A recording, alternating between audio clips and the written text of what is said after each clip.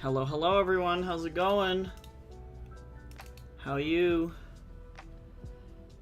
How are you all? We're trying something new today. We're over on YouTube as well today. And we're abandoning ship on Kick. We're gonna see how it goes.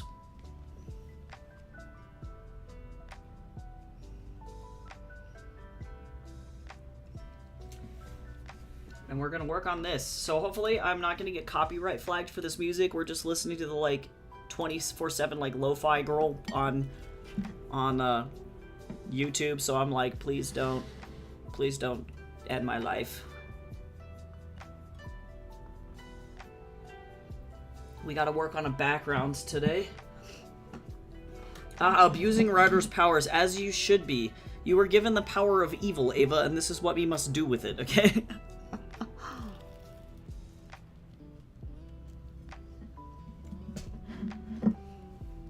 Okay.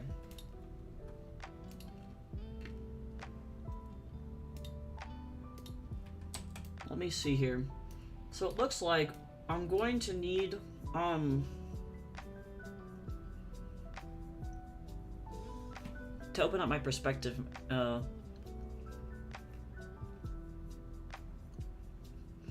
made a male OC have a C-section. Oh my god. Look, sometimes it's necessary, okay? Let's see. This perspective grid maker is the GOAT. Why are you like this? Can you please?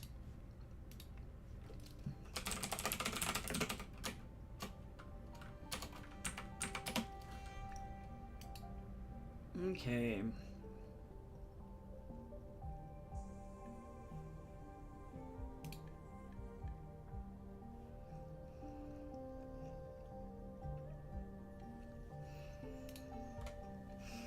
Oh, nice.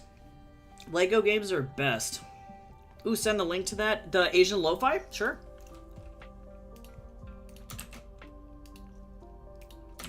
There you go, there you go. They have an amazing, like, Lo-Fi playlist, to be honest. Oh, the grid. I got you. Look, I'm not dumb. I'm fine. Here's the grid. So if you want the lo-fi music, it's in the chat. If you want the grid, this is great. This is created by the artist Ruben Lara. I literally use this every single piece if I have to.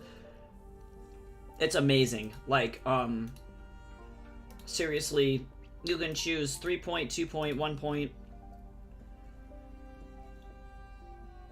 Okay, so let me look at my own piece here and figure out, I guess it can just be in the center, it doesn't matter. But yeah, super straightforward to use. All you gotta do is just like drag to where you need to go, and then you can make a note whether or not you want like 16 by 9 or 21 by 9, any of those things. You save your streams on Twitch. I actually don't. I might now. It depends on what I do with this music situation, because the reason that I didn't save the streams before is because I listened to copyrighted music, because anytime I listen to anything on Spotify, it of course is copyrighted, and Twitch will flag you in your VODs if you have copyrighted music in your VODs. So they don't flag you if you're just listening to it on stream, so as long as you don't save your VODs out, you're pretty much good. And so certain categories I don't, mainly the art category. I have been saving the writing categories out, but they're pretty intense about the DCMA stuff. However, if we're streaming to YouTube, YouTube is the same way. YouTube, you cannot use any copyrighted music in your streams because you can be monetized on those streams, right? And so you can't have that. But that being said, if I'm listening to this like lo-fi station now while we're working because I want to try and expand my YouTube, I might turn that back on. It just depends. I'm gonna see what the situation is here with this, if this gets flagged or not.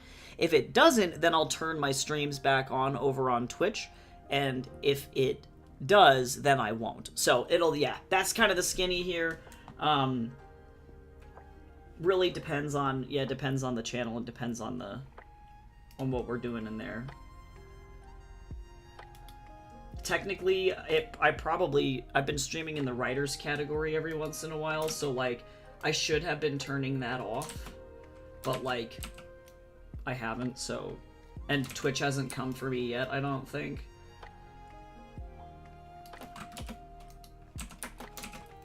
But they tend to be kind of sticklers about that whole shebongle. Hello?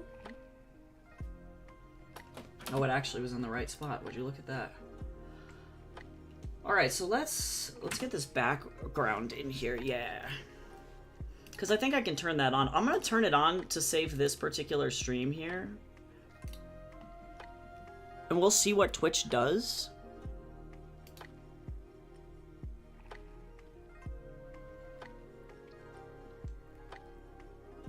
See, because where do I get to this? Because technically they're all in there, they're just not public. Does that make sense? Like,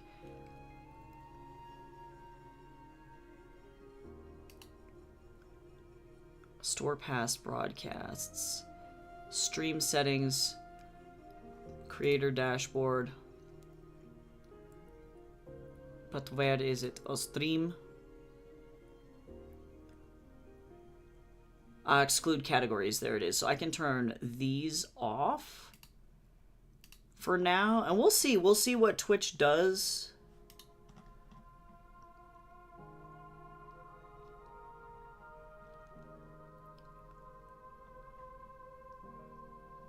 Yeah, we will see.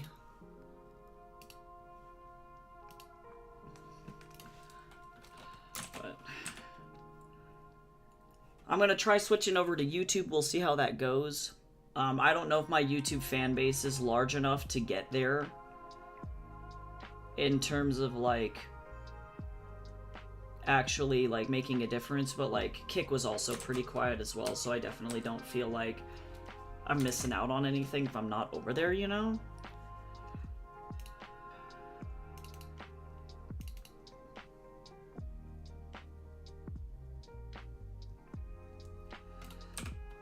This is the last page of Chapter 8,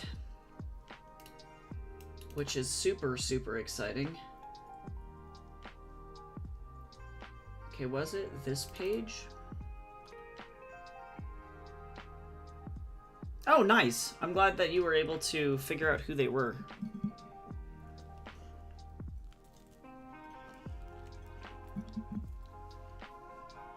All right.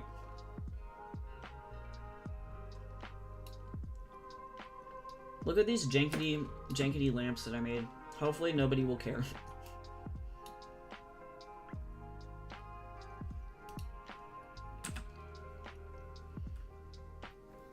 Okay, so it looks like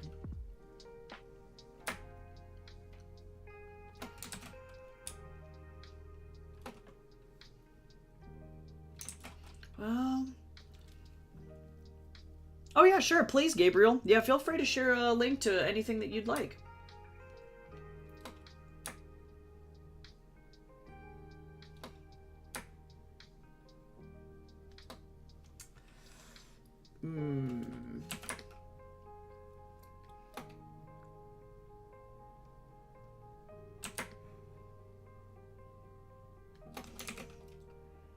This is not how this is gonna work.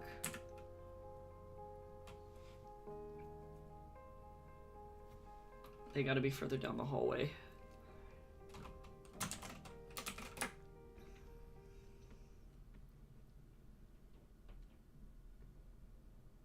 There, that's better.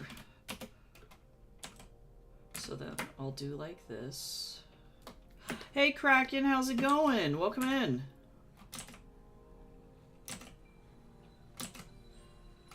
Also, for anybody interested in subbing to the YouTube channel or checking the stream out over on YouTube, you can do so over here, by the way. That's the stream. If you want to come say hello.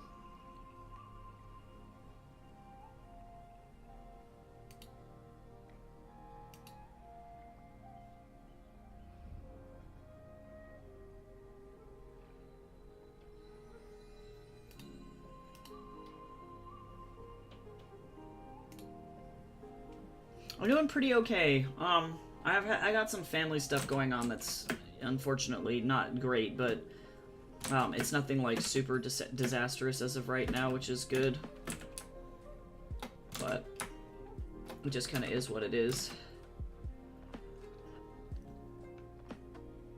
But otherwise, everything else is going good. Jason and I finally move on Saturday from this horrendous apartment situation that we're in right now. Thank God. So we're free! We're almost free. We are very close.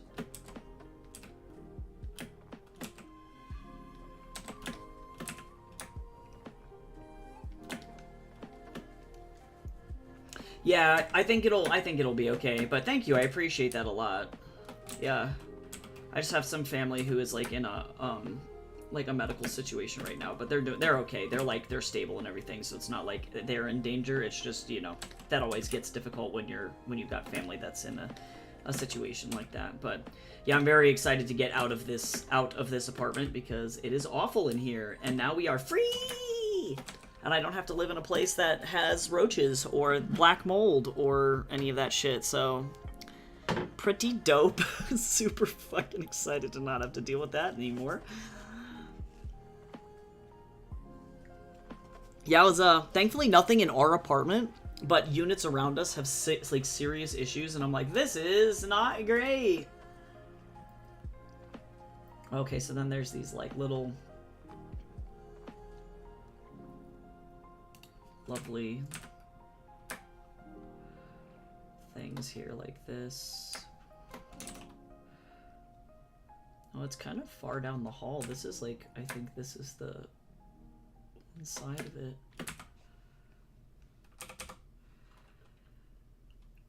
Oh, we're moving into an apartment. Yeah, as of right now, unfortunately, we cannot not afford to buy a house. I saw somebody run numbers. Holy shit.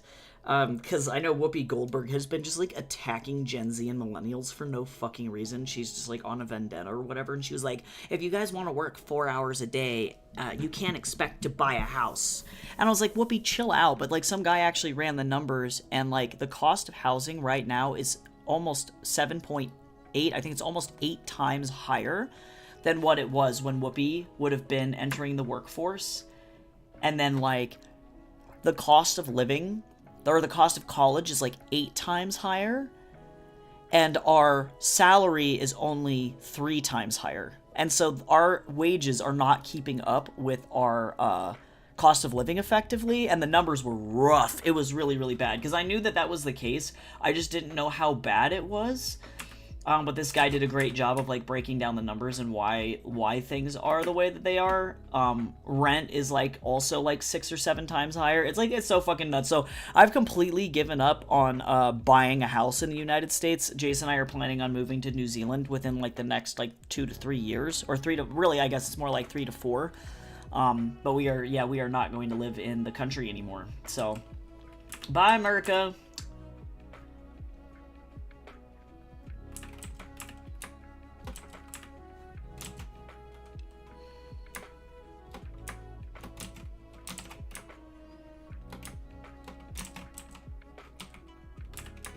But the apartments that we're moving into, oh my god, they're beautiful.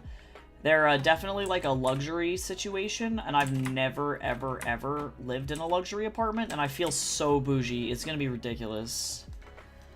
Yeah, New Zealand's great. I mean, it's ranked as one of the top countries in the world. They have great healthcare. They're very LGBT friendly. They do take a couple of like point hits, I think, for having natural disasters. So they call New Zealand the Quakey Isles because they have a lot of earthquakes. So if you're not like prepared for that, I mean, I feel like living in California is like kind of the same vibe, you know, like.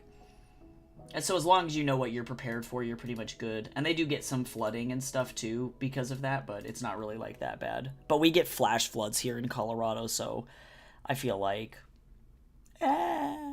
yeah, it is. You're right, Kraken, you're right. It's so stupid pretty. It's so beautiful. But everybody's very cool. Right now they're having some, I don't want to say political issues, because no matter what, their political issues seemingly are not nearly as bad as what we have going on here in the United States.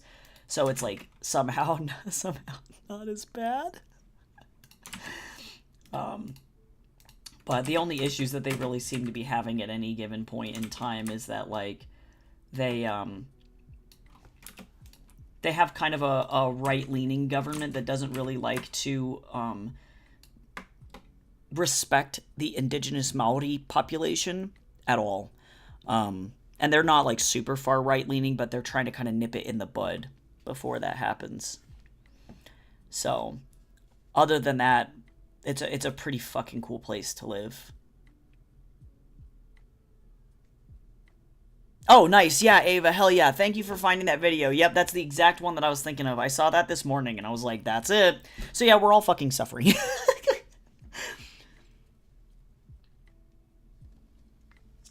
Whoopi Goldberg can go eat a shoe.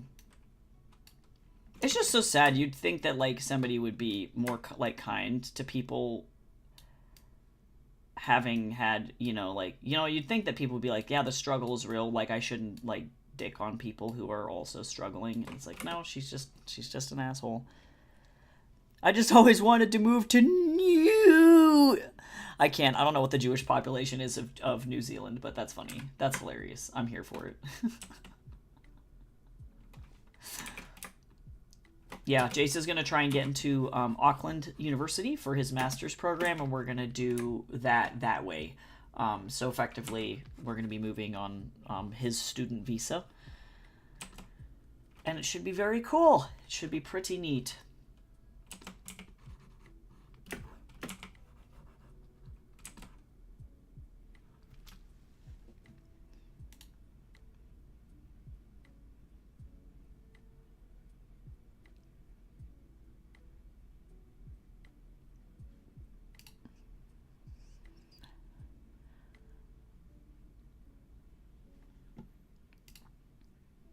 Any floofs? Do you mean like pets?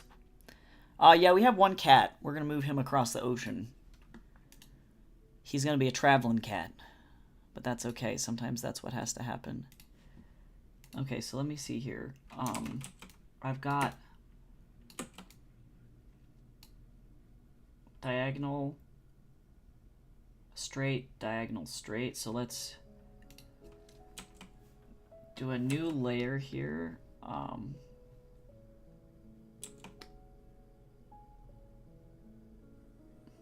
Oh, and it's like two levels of stuff. Yeah, we'd be moving Tatsu with us, because he's the best, and I can't leave him behind. He's not perfect. So I don't know how he's gonna do in the plane ride, but I think he'll probably be okay. Oh, just as a reminder for everybody, my Etsy link just dropped into the chat-a-roni, and I'm still having a 75% off sale right now. So if you want to help me get rid of some stuff before I move, I would be forever grateful. You can get some stuff on there like as low as like 25 cents. Like, I'm not even joking. Like, there's so much stuff on there. Stickers and tea, merchandise, books, all of that kind of stuff. Fine art if you want to, you know, get a really nice painting for your house. All that good stuff. What kind of tea? I do custom hand blended teas, or they're my own tea blends. So they're 100% unique, and you will never find them anywhere else. But they are based off of my characters from my books, main characters from my books. So I have a lot of tea for a lot of different tastes. We're currently out of some of them.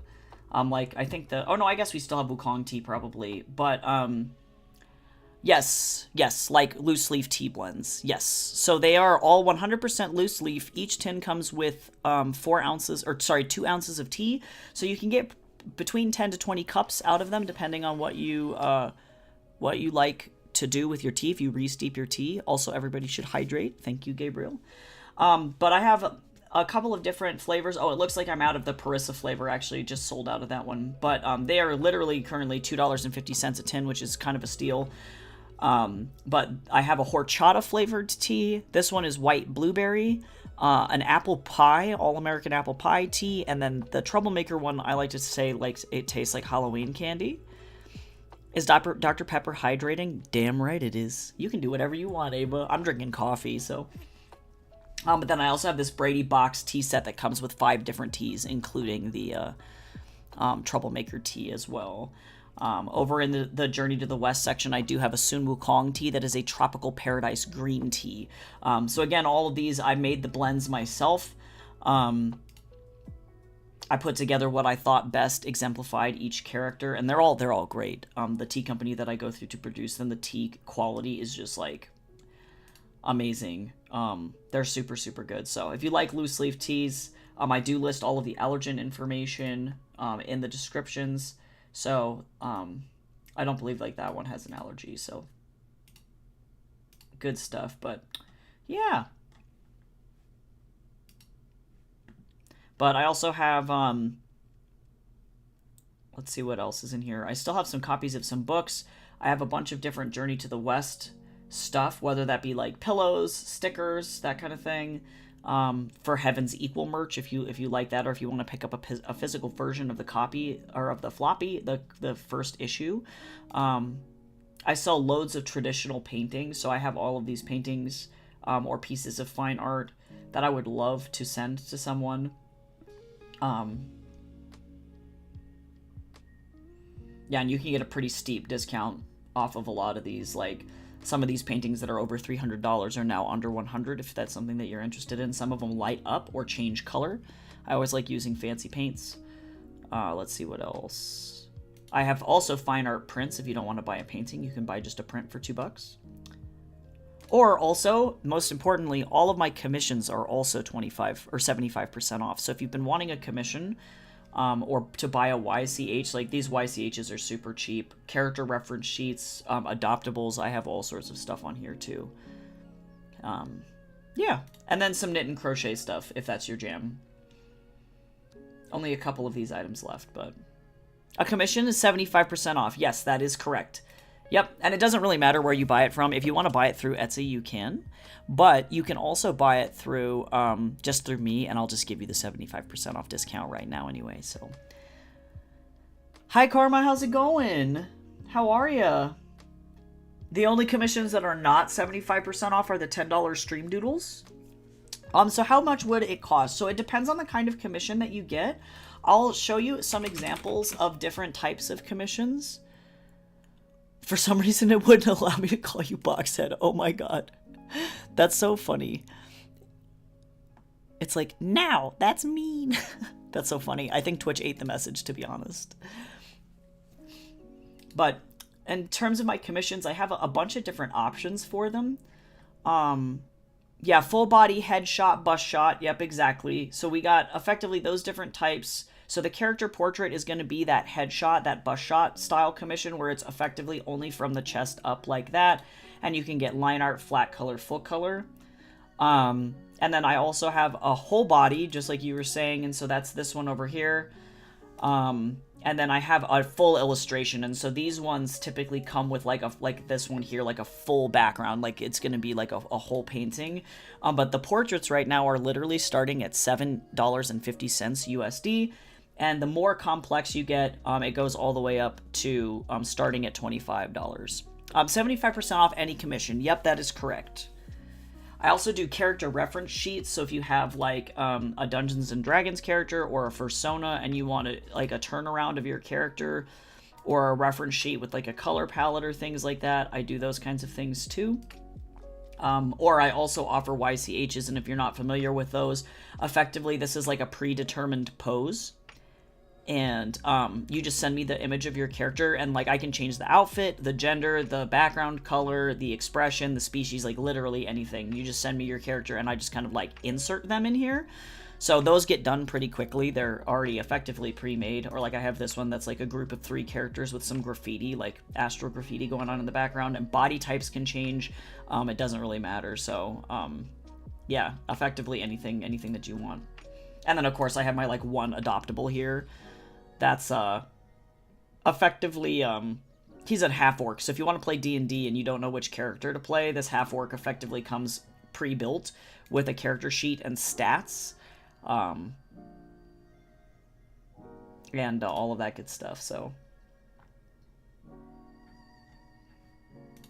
pretty sweet. But yeah, if you want a commission, just message me. Let me know what you'd like. I'll drop this in here too if you want more details about what each one looks like. I dropped the link into the chat to my commissions page so you can kind of see what is included in each thing. The dark gray is included. The light gray is not, but some things can be added on, you know, so those kinds of things. And yeah, just kind of what I've got going on. Character reference sheets, how much those cost, and also too at the very bottom are my terms of service as well. So like kind of what I won't draw, what I will draw, and some of the rules in the process. So if you have any questions, definitely let me know. Hi Finders, how's it going? I'm doing pretty okay. We're working on, I'm like taking a hiatus week from Heaven's Equal this week, so we're working on getting this lovely background done for this panel here. And screaming, how are you? Let's see. I'm gonna just do this. Oh, I need to turn that a little bit. I'm playing Spider-Man. That sounds fun. I've actually never played those games, but they look amazing. They're definitely beautiful. And the mechanics look phenomenal.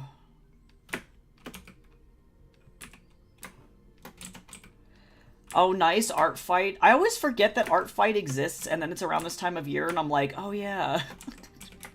Art Fight. It's a real thing. Nice, and writing. That sounds like a good day. I don't know why I'm like this. This is not.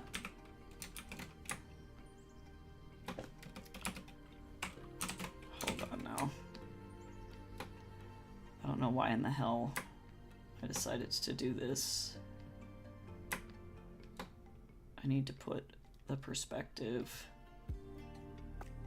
like this. There we go, better. Not this, thank you.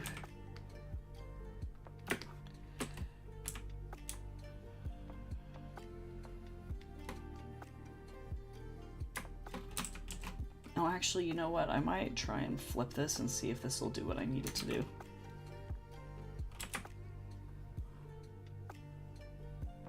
It will. I just need to perspective shift it down like that.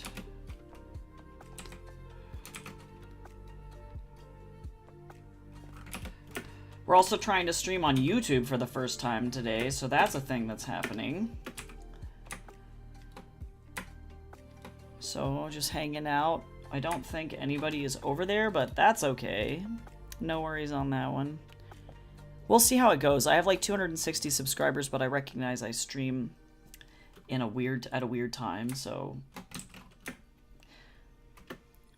what are you doing again? I'm working on a background for a page for Heaven's Equal. This is the last page of chapter 8, so very excited about it. I just uploaded all of chapter 7 onto Fur Affinity. All of chapter 7 is now on Tapas and Webtoon as well, and soon next week the first start of chapter 8 will get uploaded, and then we just get to chunk on right on to chapter 9. So I'm only 2 chapters away from being able to print the next physical volume of Heaven's Equal, which is really exciting.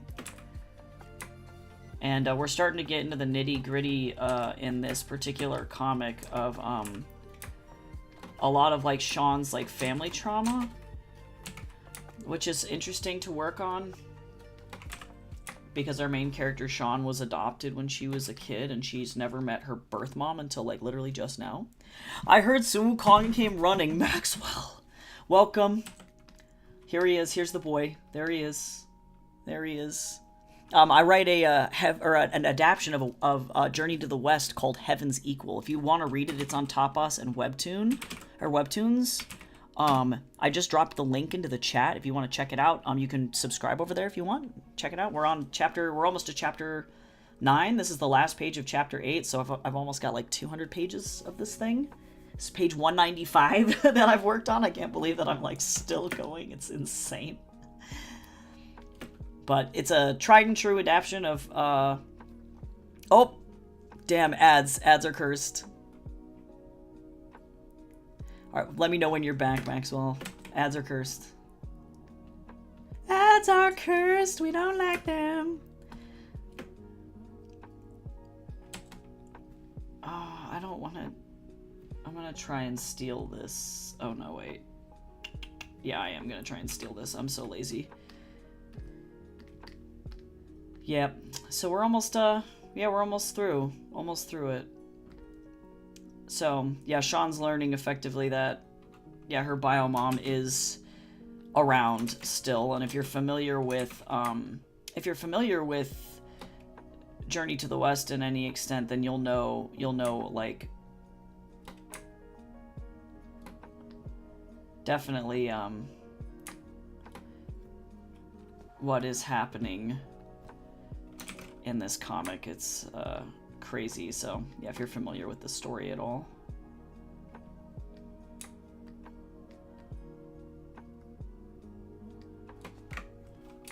Okay, I'm gonna go ahead and get rid of Wendy. Get out of here, Wendy. But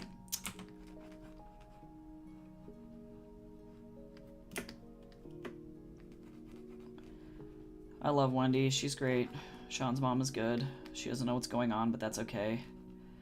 But it's really fun. I'm trying to stay as faithful as I can to the original classic. So a lot of the dialogue and everything that's going on, I've shifted some stuff around so that way there's more of, like, I guess, an initial exposition. So this stuff that's happening in the comic right now is technically prequel material. Like, if we're talking about the original book, it comes first, but I've decided to put it here just because it makes more sense for the flow of my story. I moved it around a little bit, but otherwise, like, everything is pretty much as one-to-one as I could possibly make it.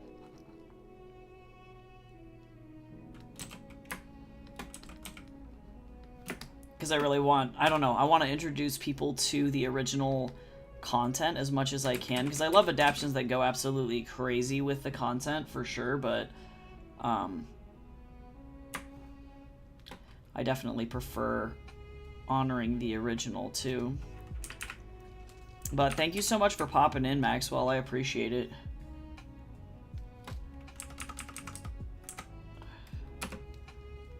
Always love finding fellow Sun Wukong fans.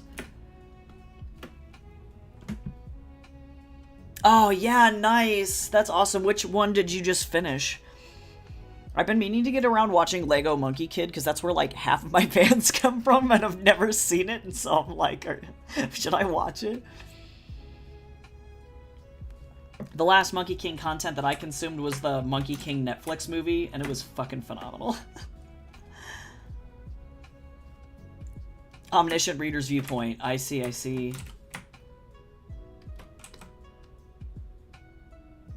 Okay, that looks pretty good. Oh, my intro was Lego Monkey Kid as well. Yeah, I'm so happy. Like, I started working on this before, definitely before Lego Monkey Kid was ever out. And nobody knew, like, that was, like, white, knew Sun Wukong. You know, all of the Asian kids, of course, knew. But they, outside of that circle, you know, nobody really knew. And, that makes me sad. It makes me sadness. So now that, Lego really did, like, the most, and they, got that out, like, I'm super happy. I'm happy about it, because everybody deserves to know. Everybody deserves to know. He is wonderful. And the literature is just crazy good. Yes, Gabriel, I love your Monkey Thief. I had so much fun working on that, too. That was really fun. I only knew Sun Wukong as that character in gacha games and Dragon Ball. It's true. It's true. Yeah, Dragon Ball. That was my first introduction, truly, was Dragon Ball.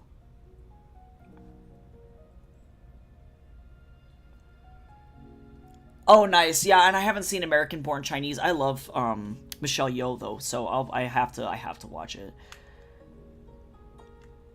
Oh, that's so awesome. I'm glad that you're reading the original book, too. It's wonderful. It's such a cool... I don't know, the mythology is so rich.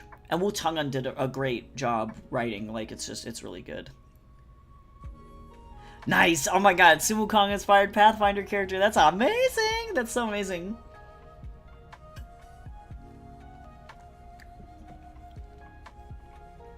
Yeah, that's awesome. I'm a huge D&D nerd as well. I'm deep in that. Okay, let me figure out where everything is here. Okay, so this is all background.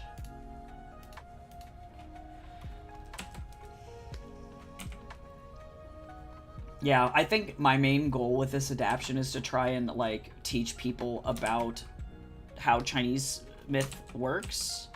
Oh, whoops, I need to make sure that I don't accidentally, my bad.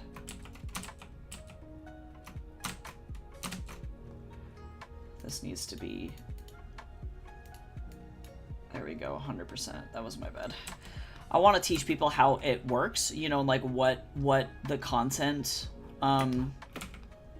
actually is, because I feel like a lot of people are familiar with certain aspects of Chinese myth, but then they don't know all of it. So teaching them the little nuances, like how demons work, or how, you know, what the story is actually about, is definitely one of my main goals here.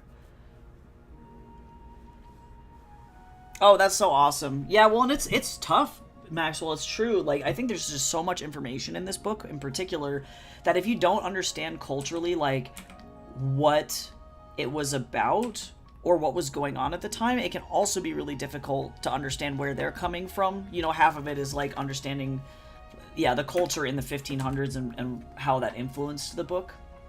So hopefully for me, by modernizing it, I'm setting it in modern Los Angeles, so I can show people it's like, okay, well, this was how it worked in ancient China, but this is how it works now, and kind of bridge that gap a little bit.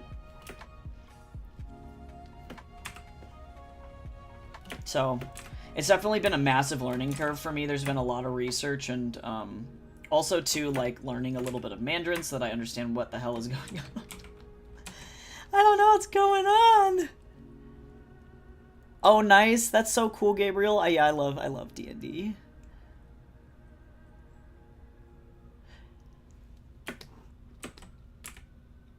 Huge fan. I'm currently running a Beyond the Witchlight campaign right now for everybody, and so far they have Hansel and Gretel'd a hag into an oven, and also they've been flirted with by sexy books, and everybody's very uncomfortable, so I'm doing my job as a DM. They have, like, an Ignan NPC companion. His name is Sriracha.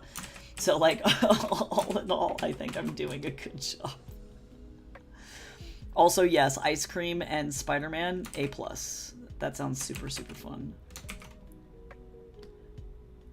Send the sexy books my way if they don't appreciate them. Like, it's so dumb, Maxwell. What happened is, they effectively failed to save. There was a magical transformation where an oil can turned into a knight, and there was a flash of, like, blinding light, and they failed effectively a Constitution saving throw to not be blinded by magic effectively, and that gave them effectively Cuphead rubber hose sight, and so everything they looked at just looked like Cuphead and had faces on it, and so all of a sudden only, like, a couple of characters could, like, hear objects around them, and so this witch lady had all of these books on their shelves, and, like, one of them sounded like Choose Goose from Adventure Time. It was an entire thing, and now everyone is like, we're never touching books ever again. I'm like, I'm so sorry. Yeah, no, you're good, Gabriel. Well, and if you ever want to share your D&D stuff, you can always put that in the writing share in my Discord too. If you want to share that over there, that would be a good spot for that too, because I'm sure other people would love to hear about your campaign as well. Okay, let me open up the previous page. Yeah, the book Spoken rhymes, and we have a character who's a Kenku. And he ended up, I don't remember what the rhyme was, but he ended up ending the rhyme in Sexy Chicken, and now that character's name is just Sexy Chicken, and he's very upset about it. He's like, why?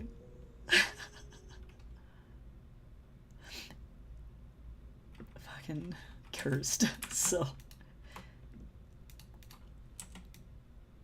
quality content. Okay. Let me get started here. The saddest part of the Journey to the West adaptation is the main Sun Wukong. Oh, being a guy instead of a monkey. Yeah. Well, like that's how I kind of feel about oh god, it was the Journey to the West that was set in Australia. Or produced by an Australian team, and now I can't think of it. Really cool. They did some really cool stuff with it. But I think it was like Legend of Monkey. I think that was what that one was called. And he's a beautiful guy that they got to play Monkey, but it is a little disappointing that it's not like he's not like a demon. You know, it's not the same. So I appreciate adaptations that do that, but you're right, it takes, I think, a little bit of the magic away from it. At least for me, anyway. But I mean, I shouldn't be mean to Sun Wukong. Technically, he's not a demon. But yeah, in mine, this is an outfit, or some of the outfit that he beat a guy up and then looted his clothes. So, you know, as is customary. Obvi, most important thing to do when you beat a dude up is to loot his body. Clearly.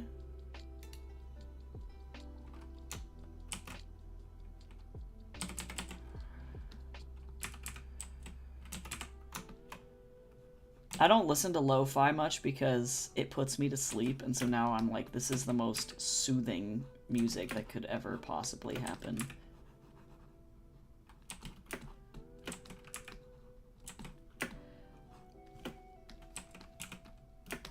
And I'm mad because I want to be able to listen to all of the curated, like, Chinese music that I have, and I love, like, quote, Asian lo-fi playlists or whatever, but they include Japanese music, like, 9 times out of 10.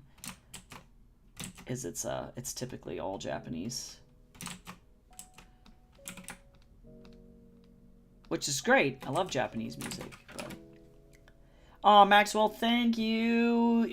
You're so nice, thank you. It's super funny, because normally I don't, do artwork like this. Let me pull up, a more recent, like, piece of mine that's not, comics. Let me see. Or no, not in there. This is the most recent, like, finished piece that I did. It was for, like, a fan art contest.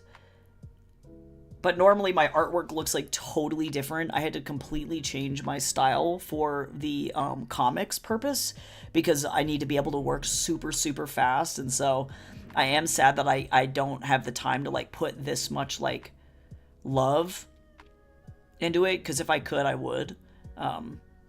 So it's been very interesting, kind of jarring to work in like a completely different style, but I still like the style for this one too. It's forced me to get a lot better at like value, and also too when I do like bigger pieces and stuff like that, it's like a lot of cell shading and things like that for colored pages, which I don't normally do either, so that's been a learning curve for me. But I'm very happy with it. I try to stylize the figures as much as I can. I like Sun Wukong's stupid little Dorito body. Okay, there's Wendy. Wendy! She's like, you gotta get the fuck out of this house. My husband's gonna come home and he's gonna kill you.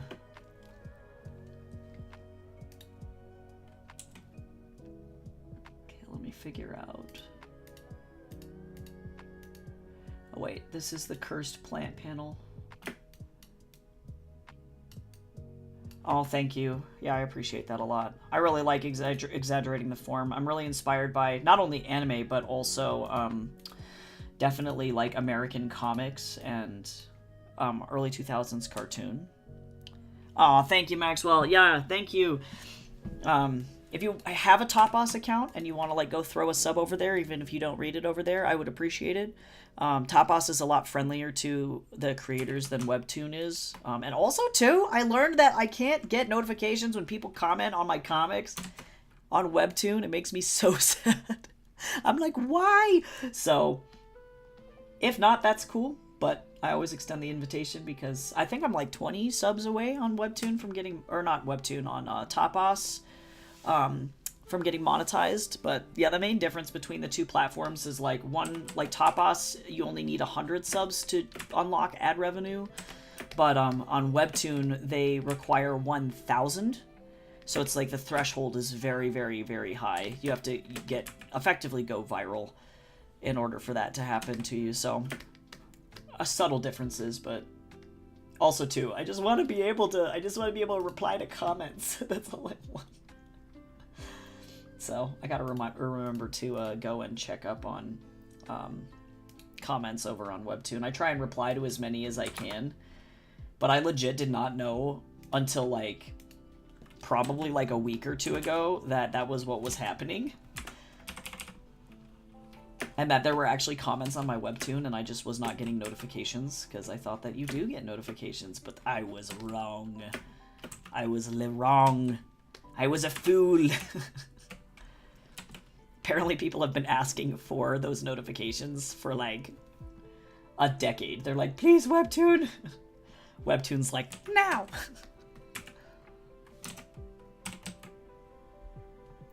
You know what I should do? I don't know why I'm not doing this. I have a color pal for a reason. Hold on. Where the hell is it?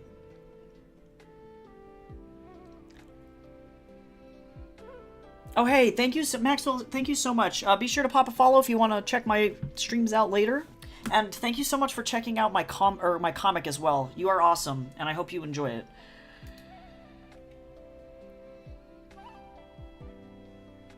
Have a good rest of your day. Let me see. I'm gonna do the color pal.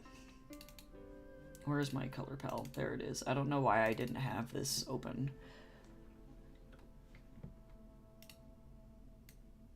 I'm gonna make a new little thing here, and it's gonna go, we're gonna go tiers, because this is a whole thing. And then I'm gonna go back over here. We're gonna grab this color. Let's see. And now I can save this.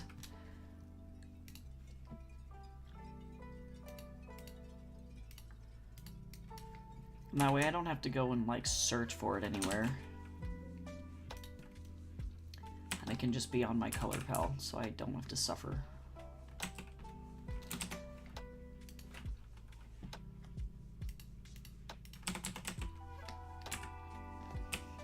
Much better.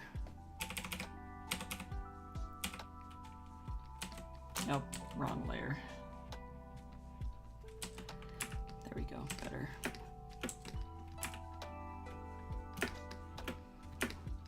I've not had so many tiers on one panel. This has been a lot.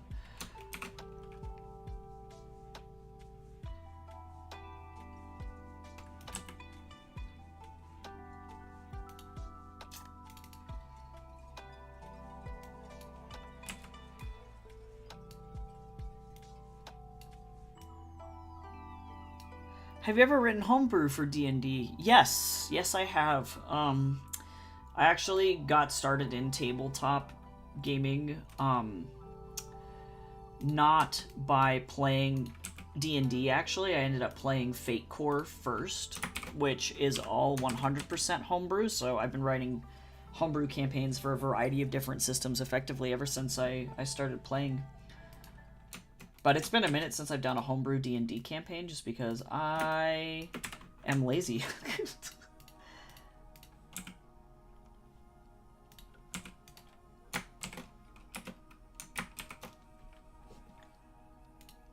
Y'all, I'm very excited.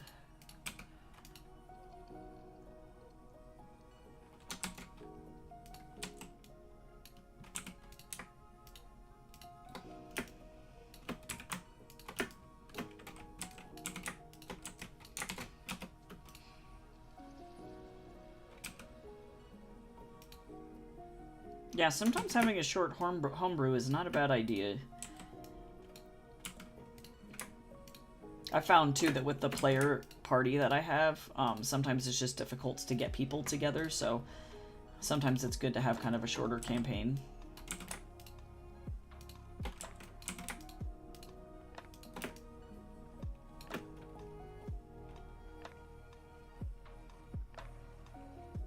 Nice.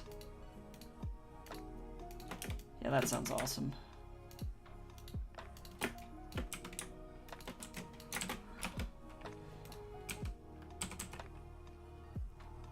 Yes, I do know. Yeah, Reach.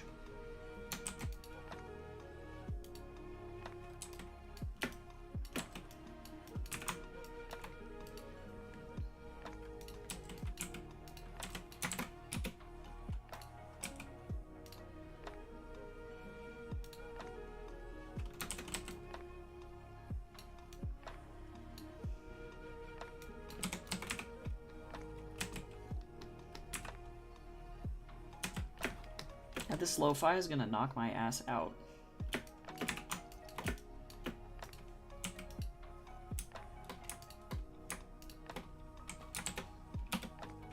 I'm so tired listening to it. That's okay.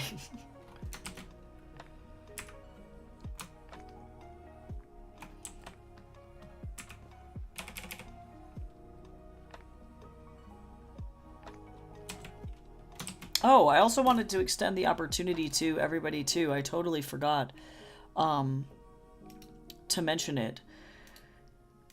But I'm looking for some more reviews for my book, King of Dust. I have had some weird stuff happen on a book ARC website that I'm on where people keep trying to review it as romance, and it is not a romance. It is a lit RPG with some romance elements. So I'm looking for a couple more people to just drop some reviews for this book onto Goodreads. So if you have listened to the book on stream and want to leave me a review, I would massively appreciate it. That would be super, super nice. And I'm currently doing a deal where if you leave a review, it doesn't even matter like what star rating it is. Like, I'm not going to be mad if it's not 5 stars, but I will do a line art portrait commission for you in exchange for that. So if that's something that you're interested in doing, let me see if anybody else has dropped any reviews. Actually, I'm kind of curious. I just want to make sure that my reviews are accurate to what it is. Oh, there are 12 ratings here. Oh, no, 10 reviews. That's it. That's it. Yeah. So.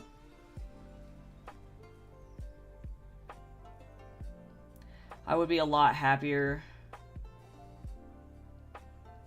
Oh, hey, cool. Oh, this is a new one. 4 stars. That's good. I was delighted to discover that King of Dust was engaging right from the beginning. Unlike most books that usually take me a chapter or more to get into, I found the characters and the background provided by the author enjoyable. The comedic elements of the story were a highlight for me, and I appreciate the transformation of Yura from a character I disliked to one I found redeemable. The ending was somewhat rushed. That's valid. I would prefer to see more development after the main events rather than just discussion of future plans. Nice. Okay, well, that's good. That's nice. I'm glad that this guy, I knew it! I knew that this guy was not gonna suck. Yeah, so that's great. So I would love if you're interested in, leaving some more reviews. That's amazing. That was a really good one. I'm very, very happy with that. Let me know. Let me know if you want a free copy of it. I can give it. Yeah, if you wanna read it, let me know. Just send me a DM and I can either give you a digital version or it's available to read for free on my website if that's something that's interesting for you. There's also the audio version of it, but if you like D&D, I figured I'd mention it because it is a D&D based book. Let's see. The idea for Fisticuff Arms is that it allows the caster to shroud their arms in magic that can extend out, increasing their grabbing range and how far they can punch, or increases the range of unarmed strikes. Oh, nice. Nice, nice, nice. Spell wears off after 3 turns. Yeah, that sounds awesome. That's dope. It's almost like, it reminds me of if you play Overwatch, it's like Ramatra's punching ability in that game has a little bit of an extended reach on it. But yeah, if you're interested in checking it out, if you go to my website, you go to my books and you find King of Dust. That's the book that I'm referring to in particular. And I think I have like 2 more slots left for that. So if you do decide that you're gonna read it and leave a review, let me know, because then I'm gonna effectively like cut people off at some point, remove it from a different website.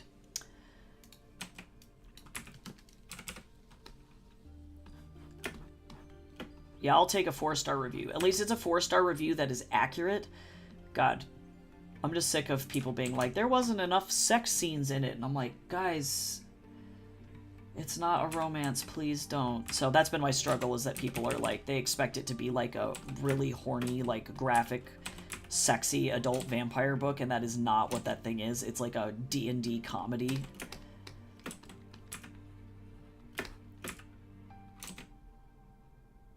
So hopefully with more people leaving good reviews, people will see that it's like, oh, clearly this was like just not the genre for that person. And that's why they didn't like it.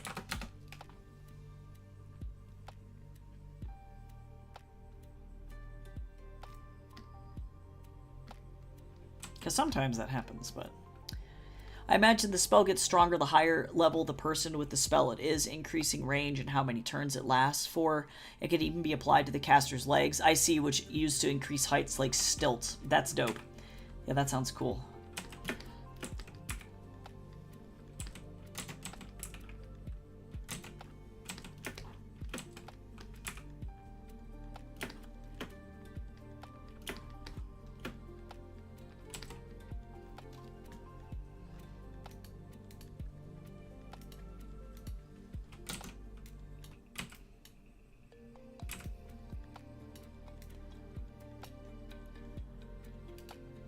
I don't know if I would call this music Asian lo-fi.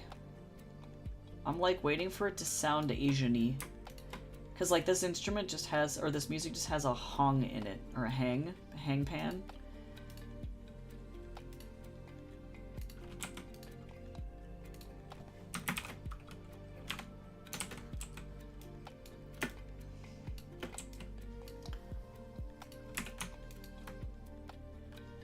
My other homebrew idea is for a cursed object, a gold bracelet with a red ruby jewel on it. Ooh, and I gotta love that infernal.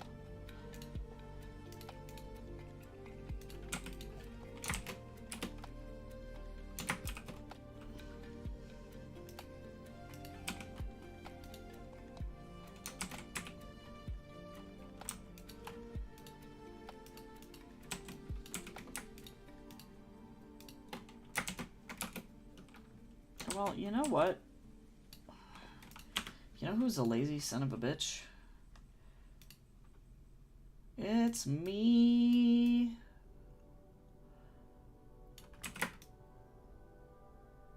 I love it when I can just be like, boink. Which means also, too, that I can bring this down. Come here.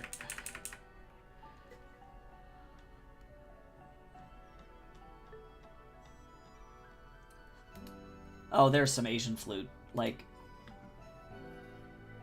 I don't know if that's a shakuhachi or what. I'm not super familiar with Japanese flute instruments, so I'm like, I couldn't tell you what it is.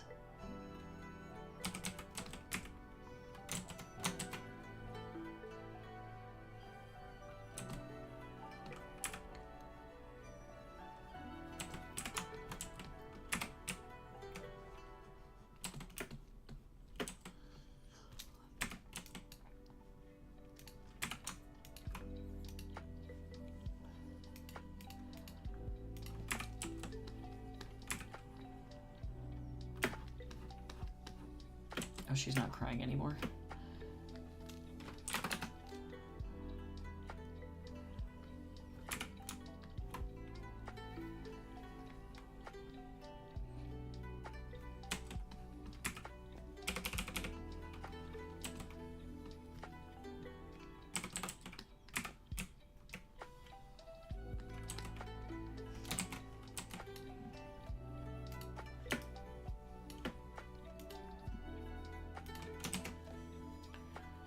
Alright, now I have to scream and fill in.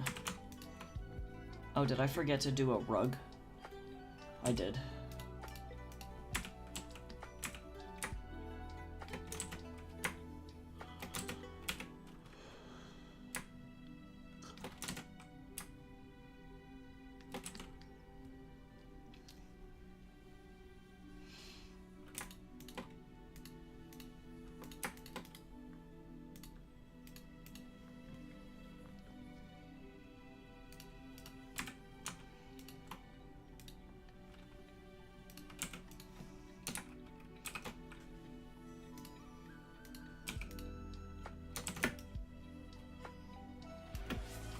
stretch.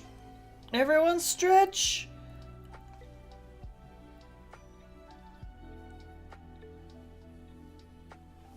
Ugh.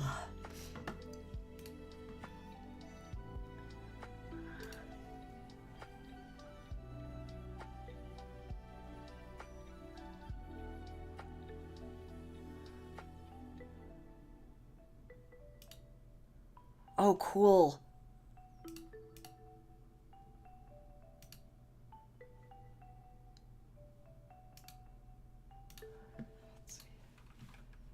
All right, let me see.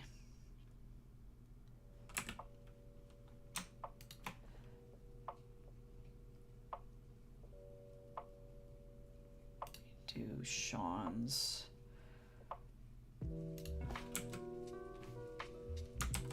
Oh, whoops. Ironic. That's not how that's supposed to go. Get out of there. Oh, I guess the pants doesn't really matter. Let me merge this together, actually. Welcome back. I wanted to tell you I opened up Discord. Sorry, it took me a minute to do that, and I saw your friend's artwork. It's really good. I love this style.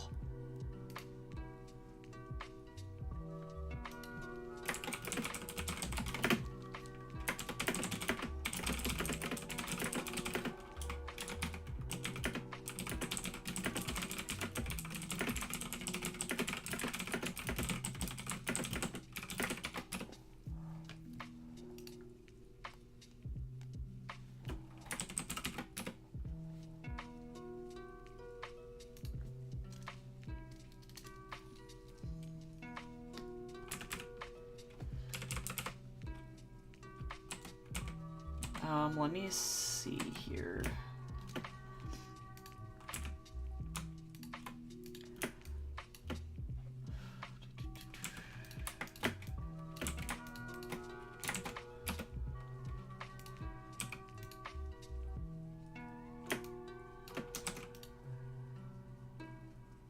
The walls are white. People are gonna be like, this isn't the same, and I'm gonna be like, shh. It's okay. Don't look at me. Oops, wrong one.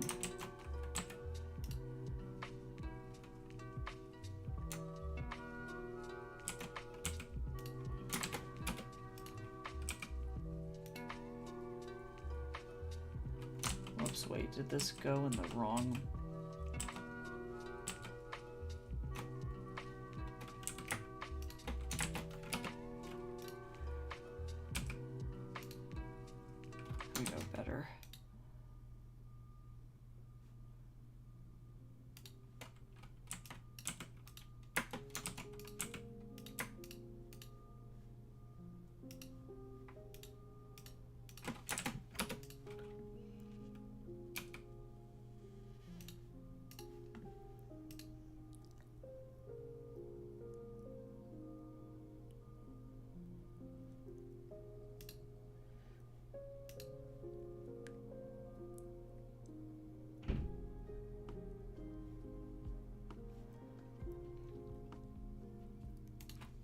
Let's see.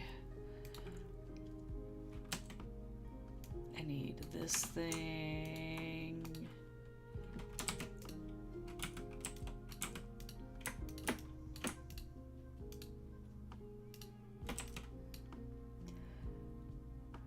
Oh, I realize I missed a big piece of wall here. It's all right.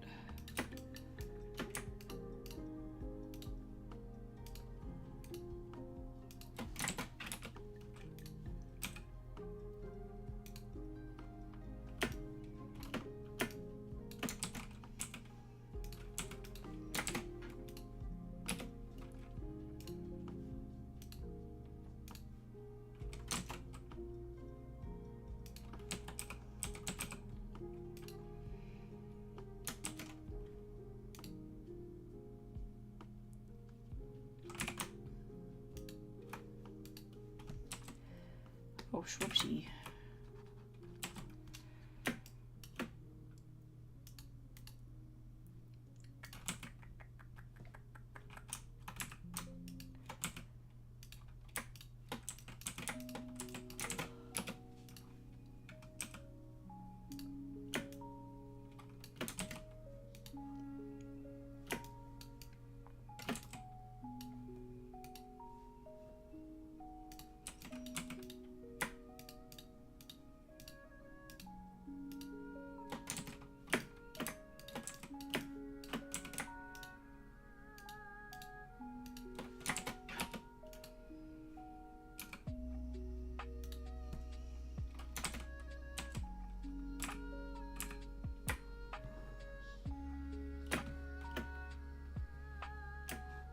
Oh, the handles also are light. I didn't realize.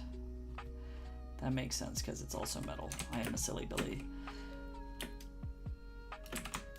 Alright, let me start with Wendy.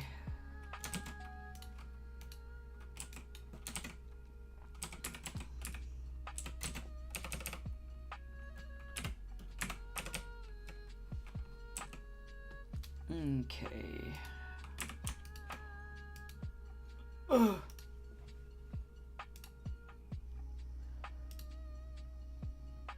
Cool. Thank you for, let's see. Sharing your cool homebrew stuff with us, though, too, Gabriel. That's cool.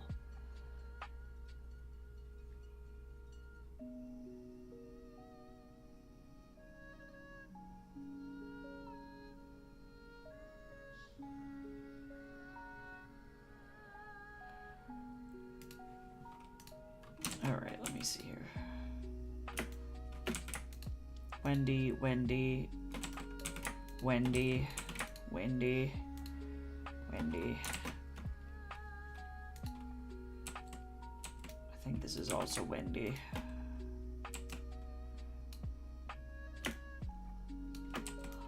Oh, I forgot also wall pieces over here too.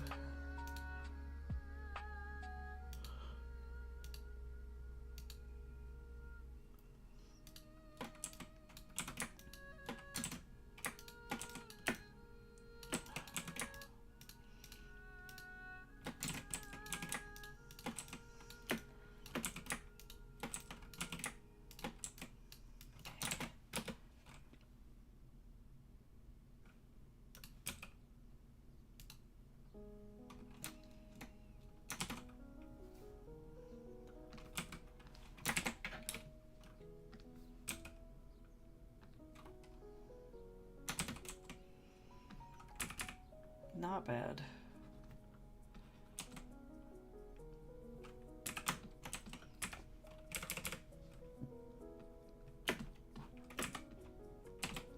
There we go, better.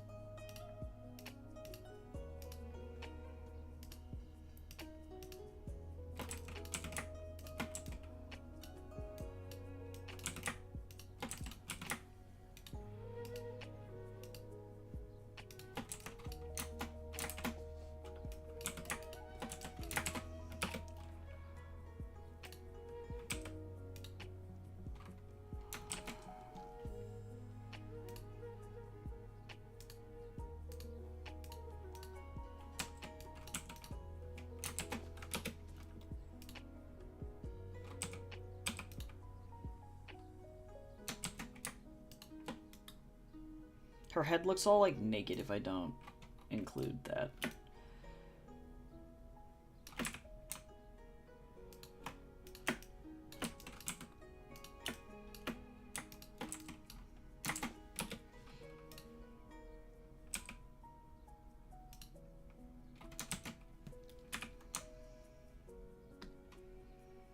I'll work on Wukong last. He gets to deal with being forgotten for right now.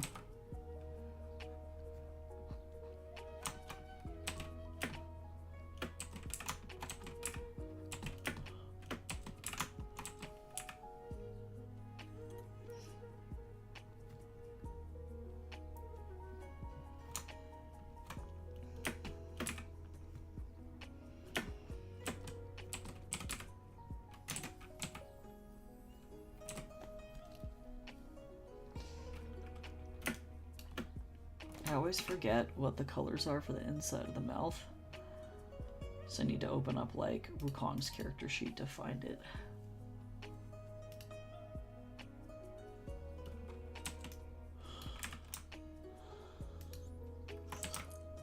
God, he's changed so much since his design is like totally different since I did that concept art like 40 million years ago.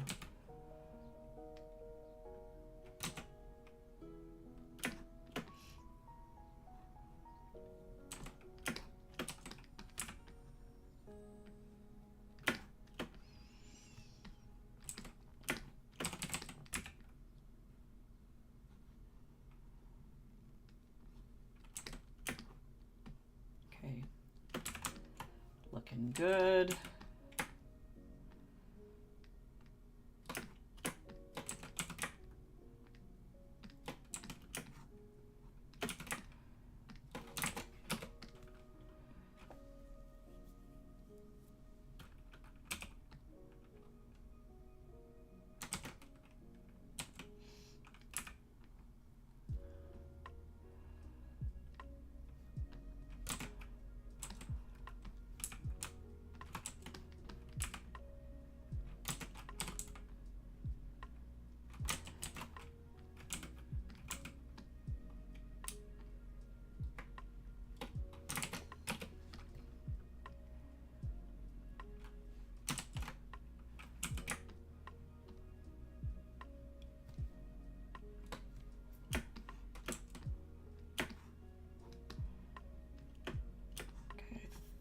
I think that's it for white except for his ears, but I'm going to do those by hand.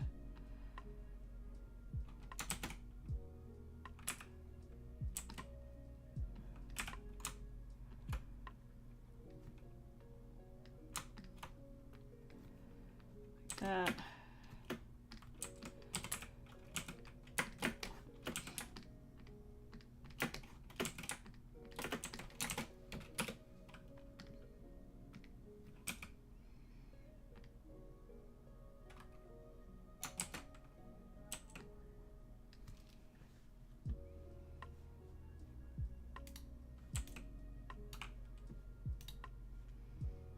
See.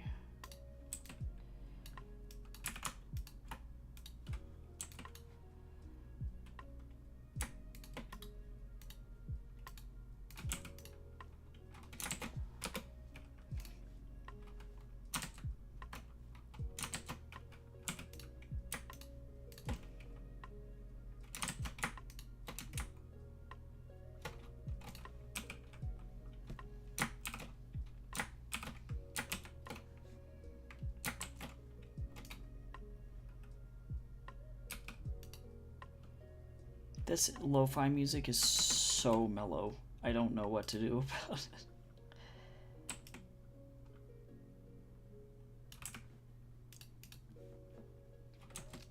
I'm gonna also just do this by hand too.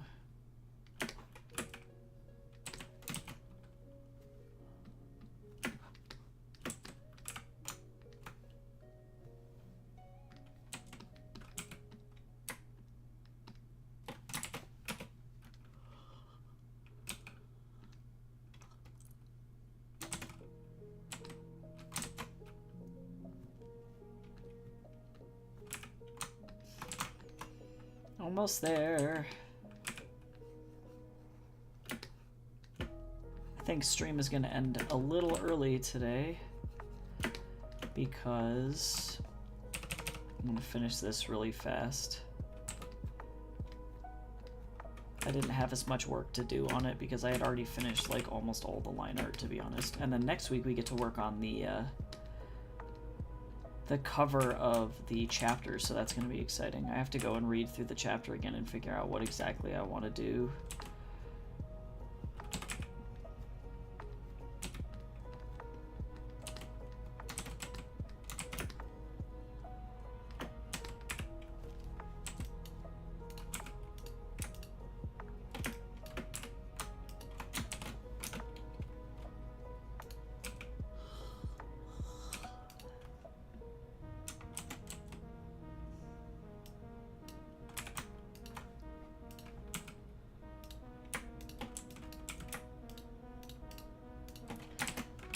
What I might do is do this in like 3 different tiger pattern layers, I think.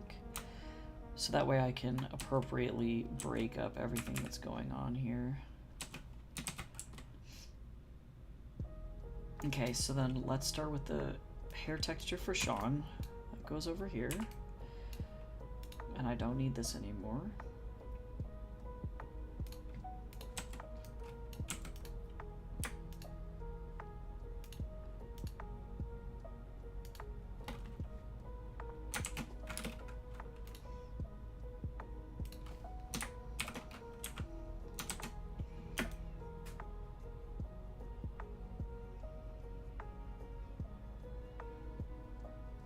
And then for Wukong, let's go over to our signage.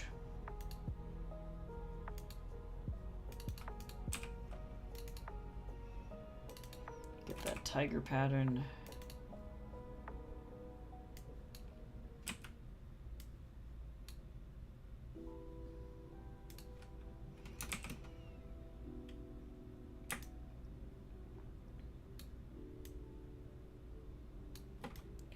So we're going to do this in like 3 spots effectively. So we're going to have 1 or 4.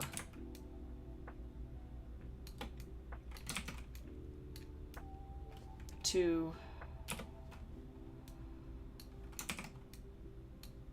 3, and 4.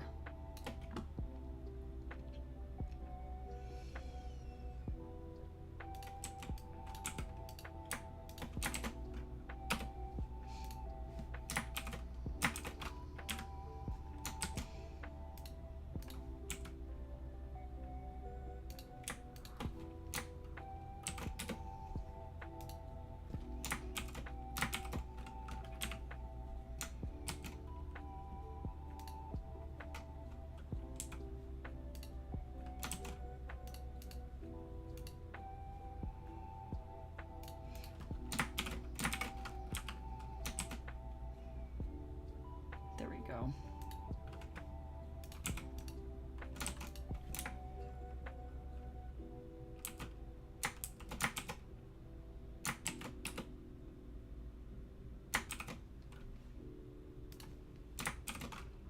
Whoops. There we go. Better. So then that has some like, it's got some color variance, so it's not just like all the same.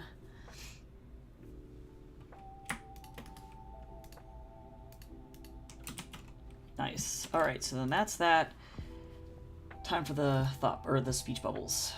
Save, save, save, save, save.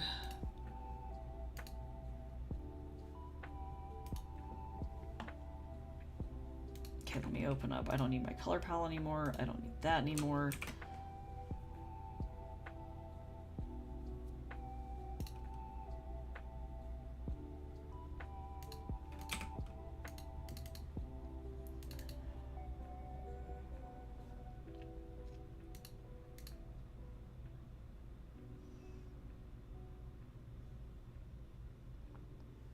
I'm gonna do this one, I think.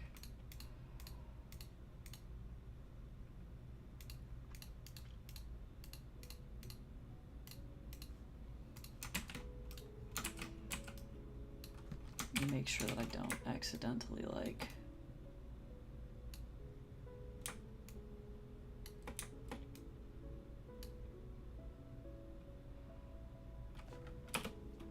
goddamn.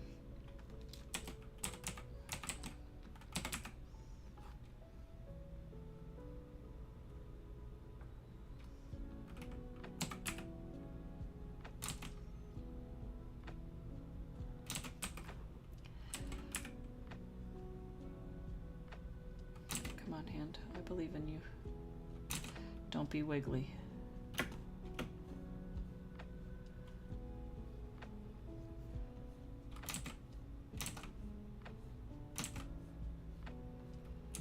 There we go. I don't like how this is touching.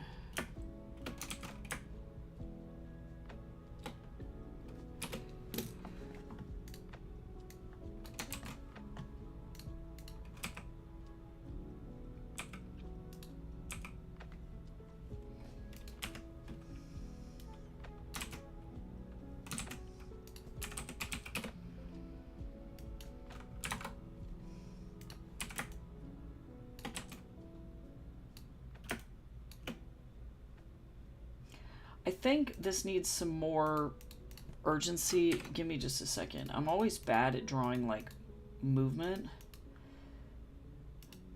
But let me see if I can do it right.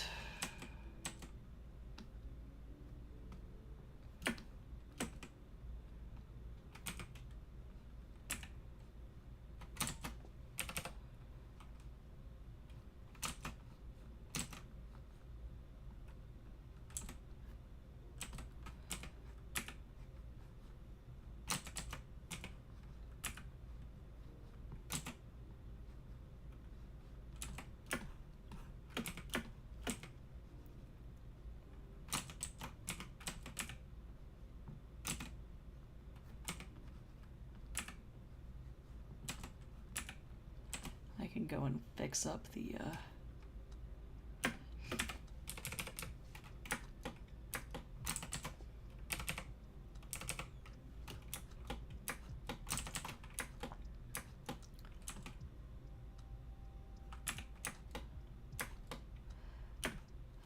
Let me see. I need to look up comic movement lines. Comic motion lines.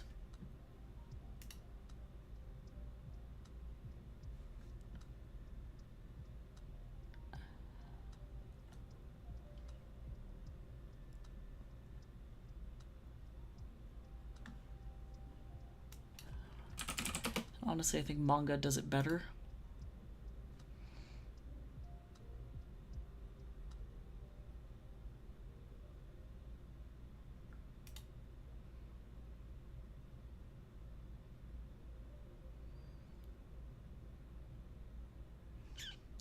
I'm looking at references right now so that I can figure out what I'm doing.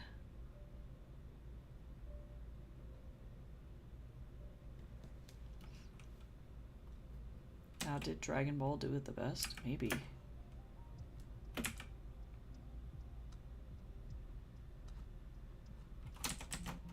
me see how that works out.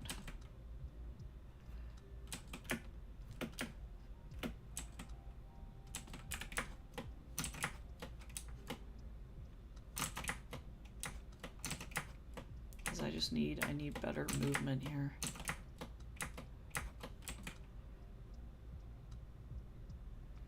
And maybe the secret is actually even adding more movement. Hold on. I think that is the answer.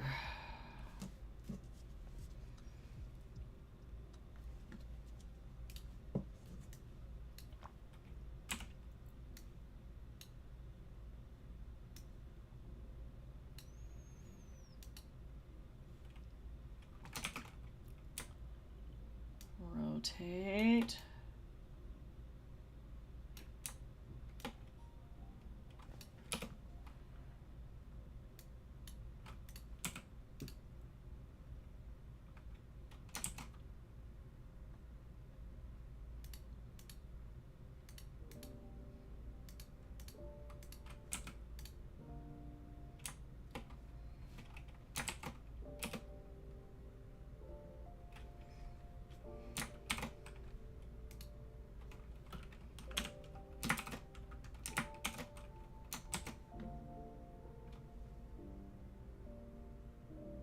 Okay, not bad.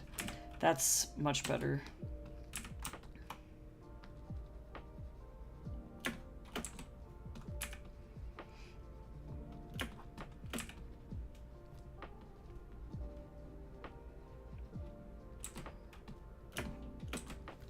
I like these hatching lines. I still am not happy with the placement of this word bubble though. But I think it just needs to get shrunk down and moved.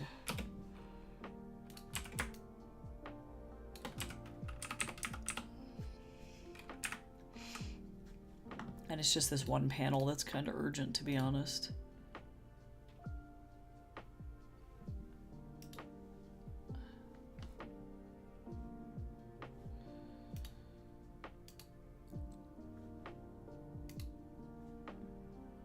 Who is that woman again? Oh, this is Sean's mom.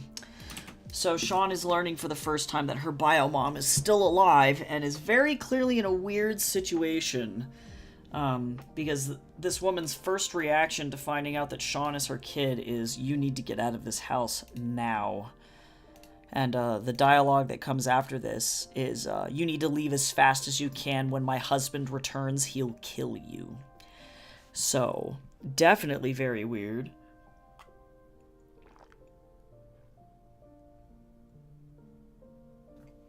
Weird reaction to have. But, you know, Sean's, I think, like, effectively, she's like 18 years old. Never met her mom, so. Definitely sucks. And that becomes super sus. Wonder why that happened. Bum bum.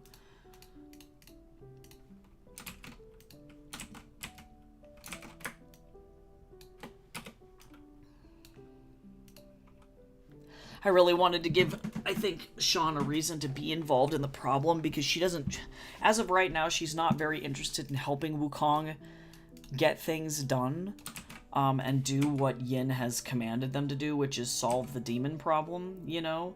And so I needed to give her a reason to want to get involved, and this is it.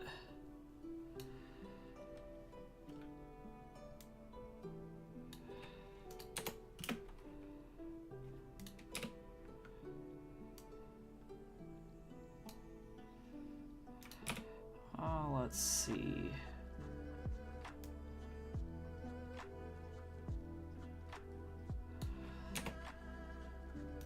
I gotta move some of this around. I'm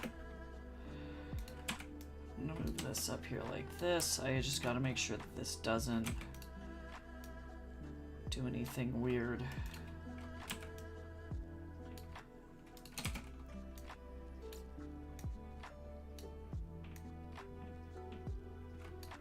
Oh, and you know what's cool, though?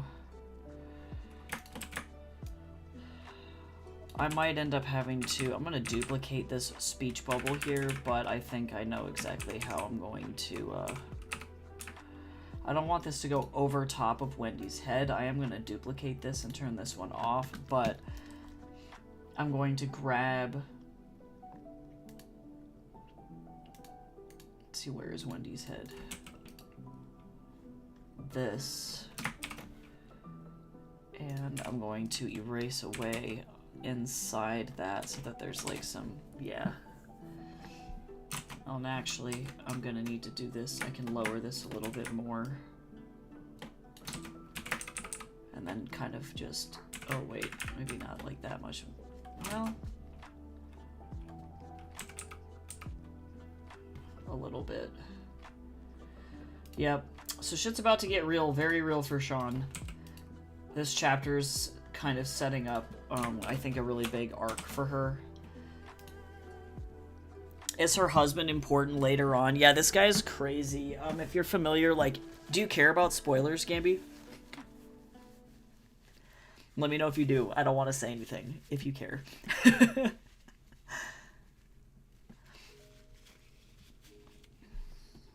Okay, cool. So effectively what happened to Sean's mom is that Sean's dad was a really, like, prominent businessman, and this guy, so it would be Wendy's new husband, right? This new husband effectively robbed them at gunpoint, killed the husband, and then stole the husband's identity. So has been living as Sean's bio dad this entire time. And effectively, like, signed over his entire company to himself and, like, is committing massive amounts of fraud. And he was just some, you know, low-level, like, poor criminal, and wanted a quick way to make some money, and saw Sean's dad and targeted him. And so now Wendy, Sean's mom, is effectively stuck in a marriage with this guy and can't leave because he's like, if you leave, I'll just kill you. So she's, like, completely trapped, and then doesn't want Sean anywhere around him because she's worried that if the guy knows that there was, like, effectively evidence that she had a previous husband left behind, that he'll kill Sean too. So she's effectively been just, like, living in silence, trying to not, like, die this entire time.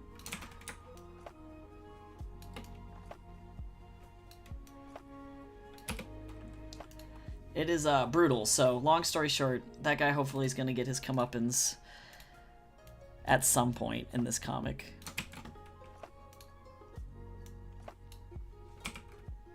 I don't remember what the guy's name is, but that'll be relevant in a little bit. I'll remember it once I get to that point.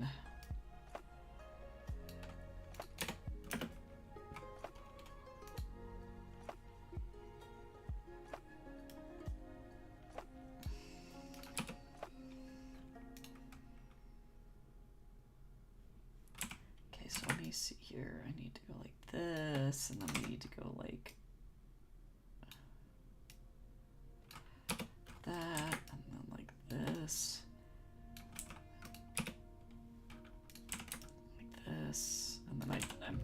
bubble behind the head. Is the guy a demon? He is not, but he does become a demon in the comic, and so it's like right at the very end, and that's really, I think, what inspires Sean to want to go and fix the demon problem, because she effectively witnesses firsthand somebody succumb to that darkness, and she's like, no, this is really serious, and I can't have people be impacted by this like I was impacted. And it is a little selfish for sure, but I think once you see that kind of shit firsthand, it's like you can't really turn around. Difficult to unsee.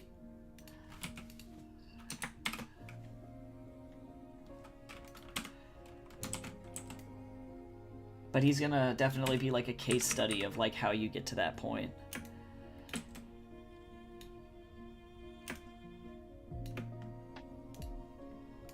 He tries to burn Sean alive in a restaurant. Like, it's just like not good.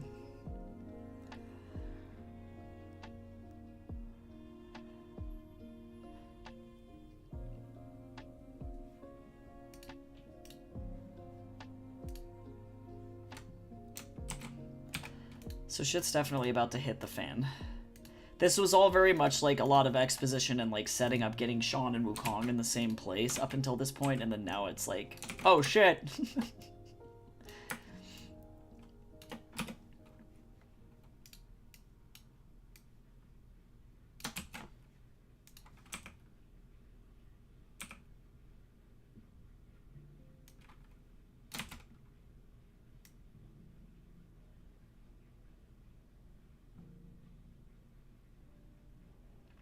This is a really big speech bubble, actually.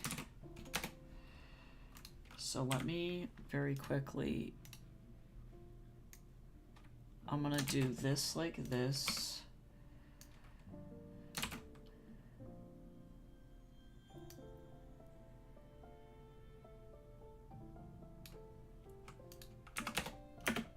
And it doesn't help that the PDF that I like using is like fucking freaking out. Okay, let me see here. Lort. Yeah, I think the guy ends up being a bat demon. I don't remember, though. I have to, like, go back. It's been so long since I looked at this part of the script that I'm like, I don't know what's going on.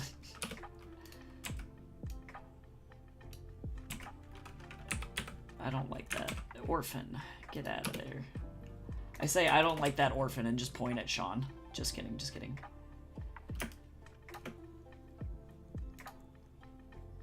I don't need this anymore now either.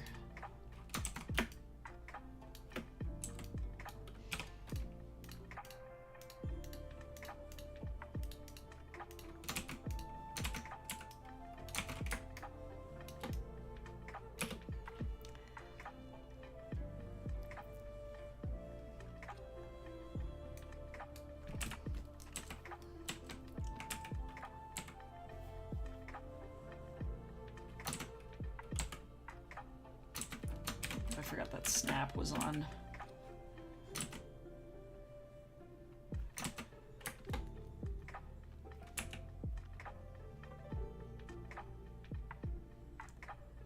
I'm gonna have to end up changing everything about this, these bubbles probably once I get to this point.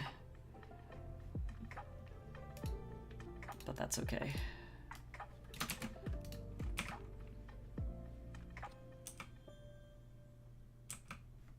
Hello? Photoshop is going so slow, and I know it's because my computer needs to update, and I like haven't turned my computer off in like several days.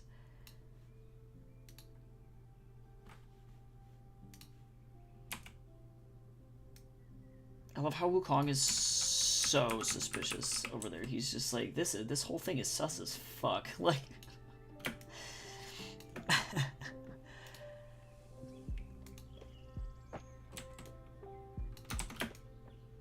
he's like, everything about this, I don't like it. It's funny, there was like some foreshadowing to this too earlier on, because Wukong was like, do you need me to beat the shit out of somebody?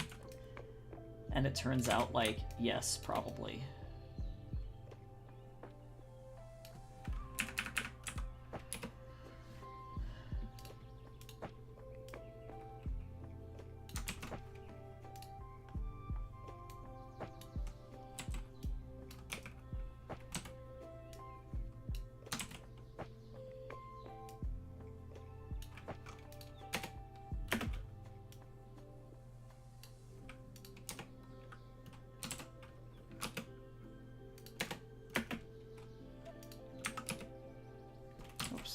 can't see.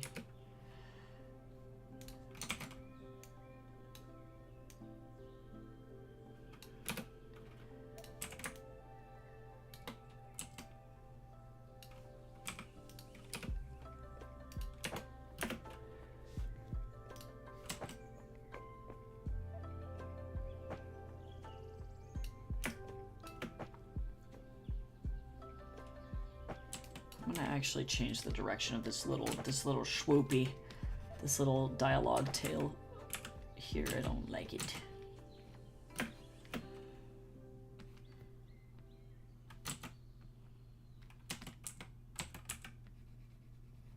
Be gone, thought. All right. There we go.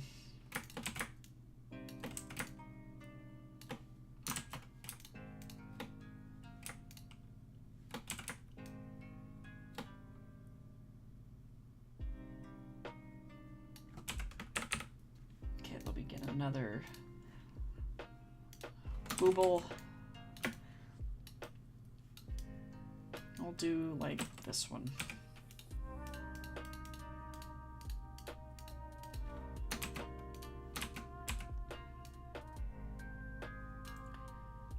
And then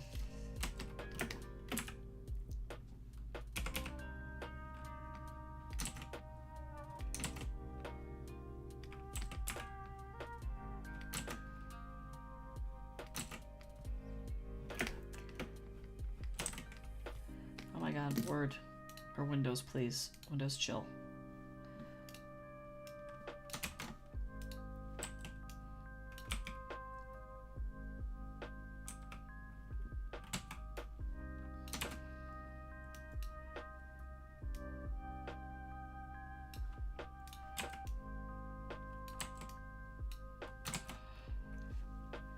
Okay, all done. I did it. Woo! Alright, so now, that was like an unnecessarily and absurdly complicated page.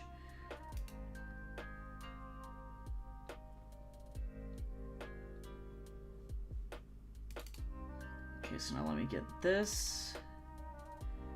I'm gonna go ahead and close out of literally everything here, because I don't need it open.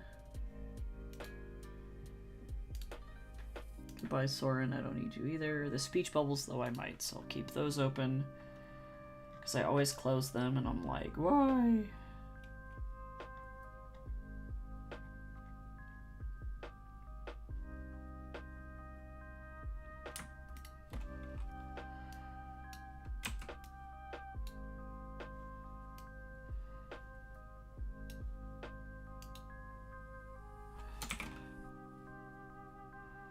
Rip Wendy. She didn't ask for any of this shit.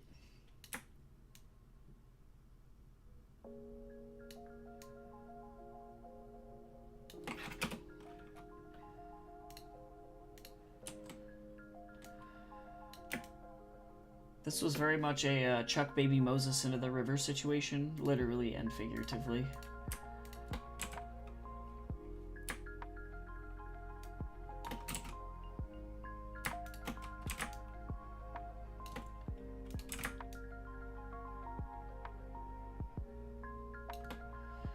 Actually, I have a feeling that this is going to end up needing to be down here, probably.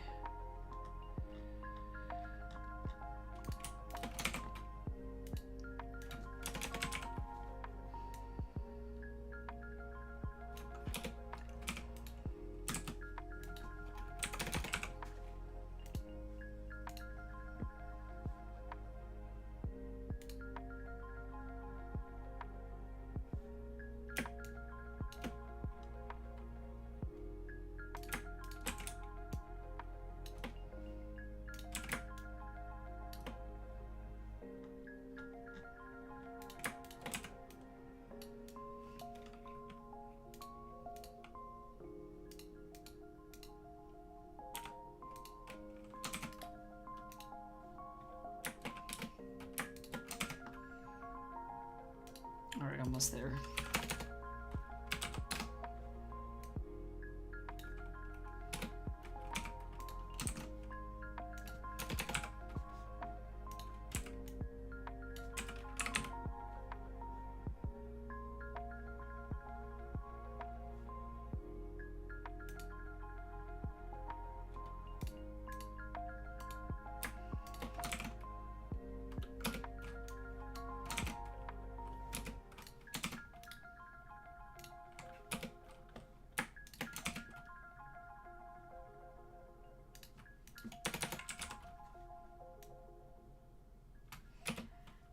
guess what? This gets to move down now too.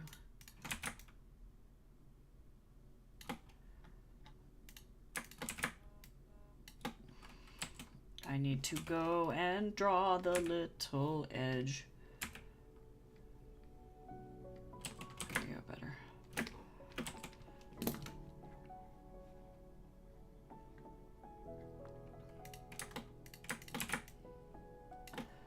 This is actually kind of a long page, all things considered.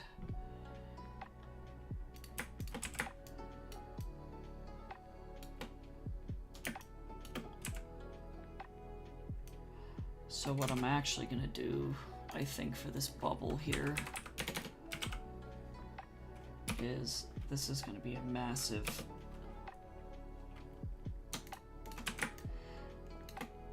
bubble. So then I have to go over here. We're gonna delete this one out of here, and then I have to go like this, and then I'm gonna go like this.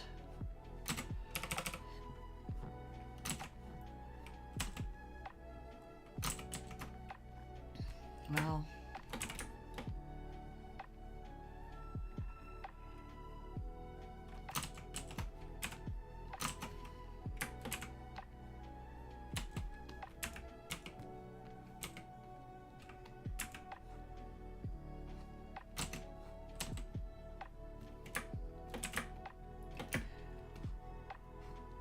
there we go, better.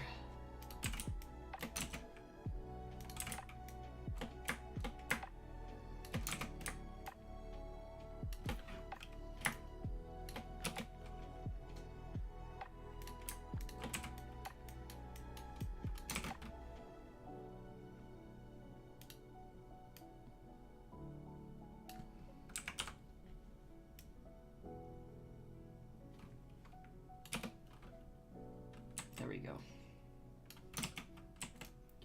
Luckily, the Trippy Taco as a restaurant has a super unique name, because otherwise she'd be like, come to the Trippy Taco, and it'd be like, go to Panda Express, and there's like 19 of them in the area.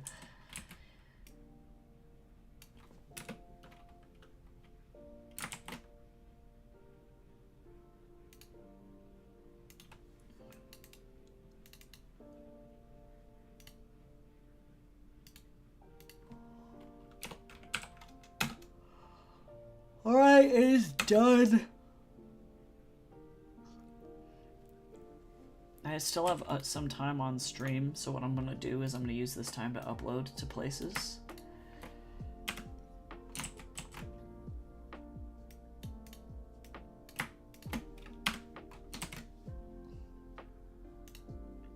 Okay, save. So let me open up some stuff really quick.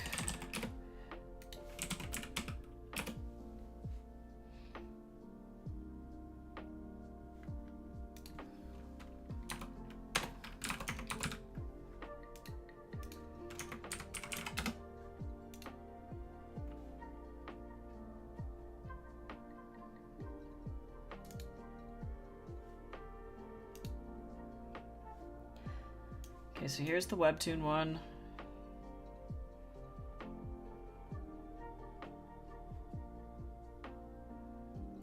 I wish that I could see what comments have been made on this thing. It's so cursed.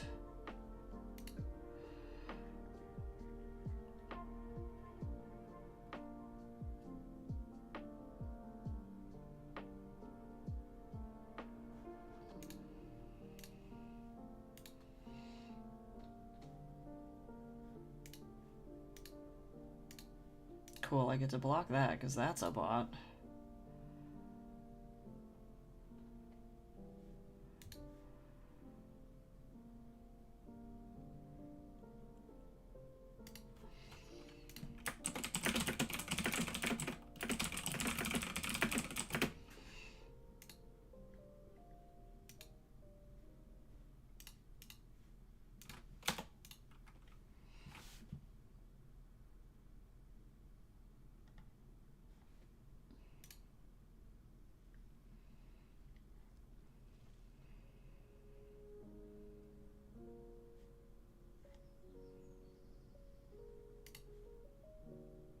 You know, the comments, this one person leaves such nice comments on my stuff. Honestly, so nice.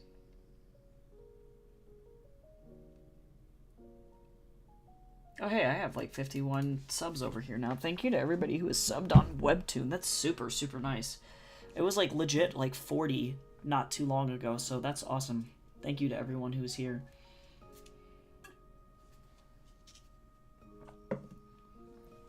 Alright, so now if I go over here, gotta go here.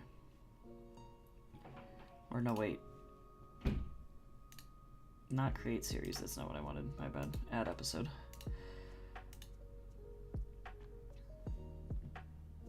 Ayo, 81. Thank you to the person who subbed over here too. That's so, so, so nice. Thank you, thank you. Cool. Oh, my foot's so hella asleep right now. Oh! Oh my god, I moved my leg. Oh, regret. Oh, I have so much regret. Okay, I'm okay. Oh god, it's so asleep. Okay, so now this is the tricky bit, is that we are going to effectively... I don't need this open anymore, so I'm actually going to close everything here. Now we got to go through the really boring process of 79, 80, 81, 82, 83, 4, 5, 6, 7, 9, 10.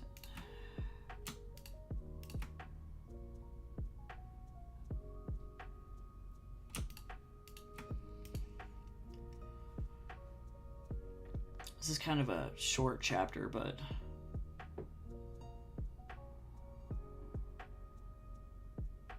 ...17 pages. I don't know what happens to me.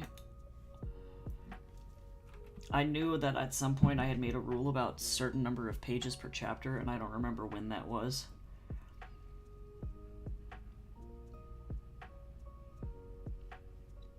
Alright, so now I'm going to also open... There's this other thing that I need. Where is it?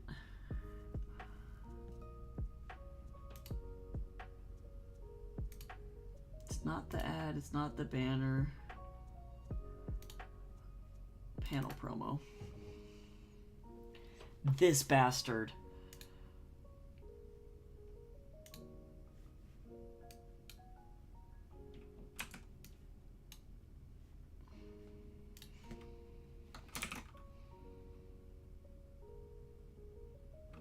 Hello?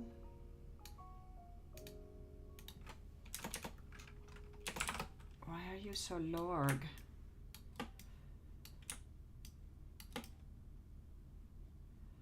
I'm just gonna kind of shrink it so that it's like the same width. We drag it up. We go like this. And then I'm going to save this out. We save it as a JPEG. Comic pages. I'm going to go into chapter 7 actually, and we're going to steal panel promo 177. So this will be panel promo 178. And it goes into this folder. Save. And this is where this gets really boring. So apologies for that. This is not the most exciting shit ever on the whole planet.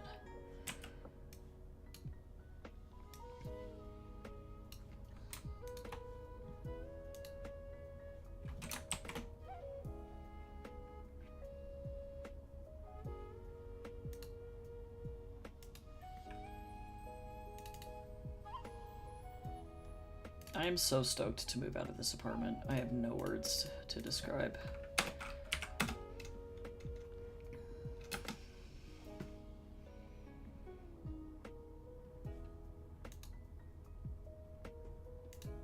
Okay. Really liked these panels too.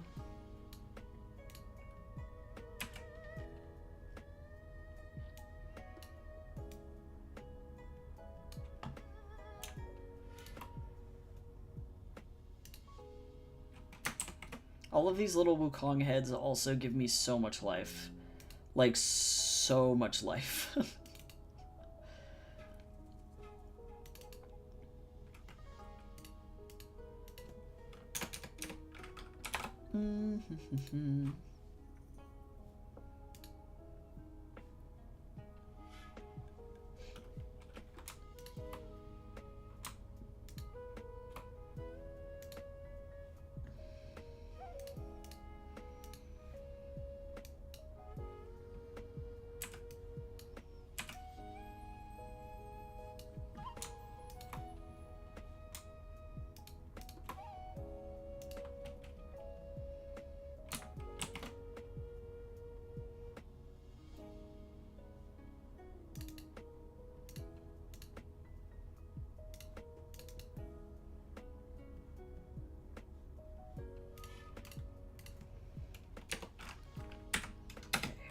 Slowly but surely.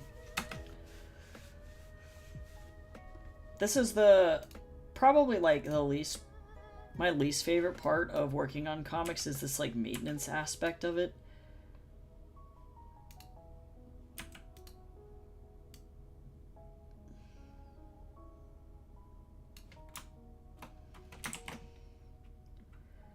But it's an important part to make sure when I upload everything it looks nice, so I get it. And plus, this marketing material then lasts me for like months while I'm slowly updating everything.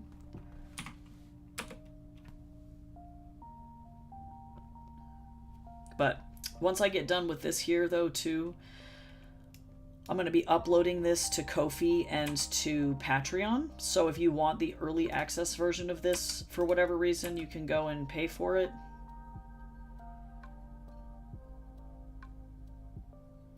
There, if you want to subscribe and get access to it. But I'm thinking about offering them, I don't know, it might just be early access, we'll see. Ko-fi gives me better control over that, so I'll be sharing that into the Discord as soon as that's done. And it'll probably cost as much as like the floppies do, so I would say probably like $5 to unlock the entire comic. If you want to unlock the whole chapter, so if that's something that you are interested in, it will be on my Ko-fi and I will be announcing it in the Discord later today.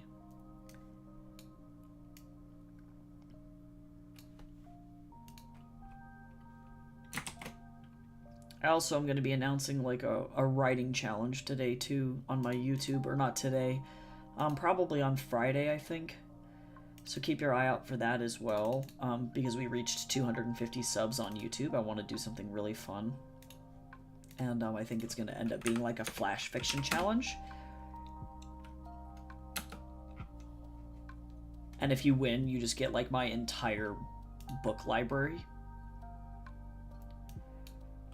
So all 5 Brady books, 1 Pale Reflection. You'll get... let's see what else. Court of Snakes, King of Dust. Yeah, so that's 8 books total.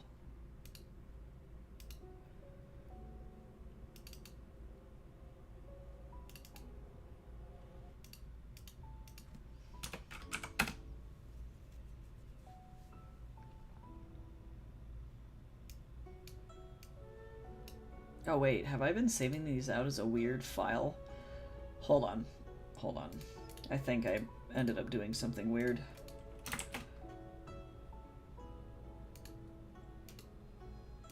Let me just go fix these really fast, because I don't know if any of them are going to be like Mondo low quality, because something weird happened.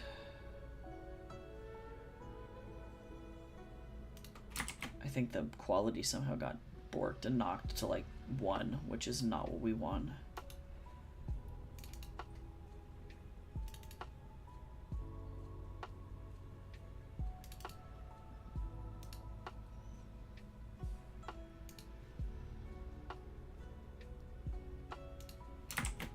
But sometimes that's just the way that it goes.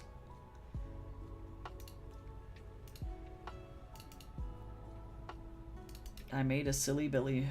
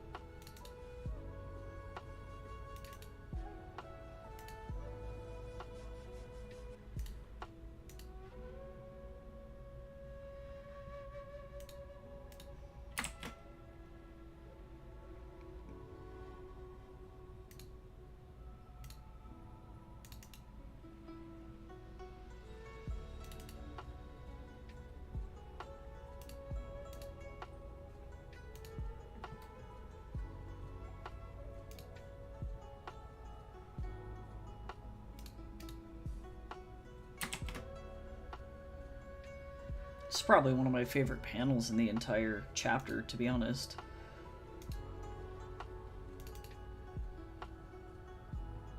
It's been tough to try and, like, figure out, like, where do I use lighting and, like, when do I use it, because I'm trying my best to not, like, have it be impactful.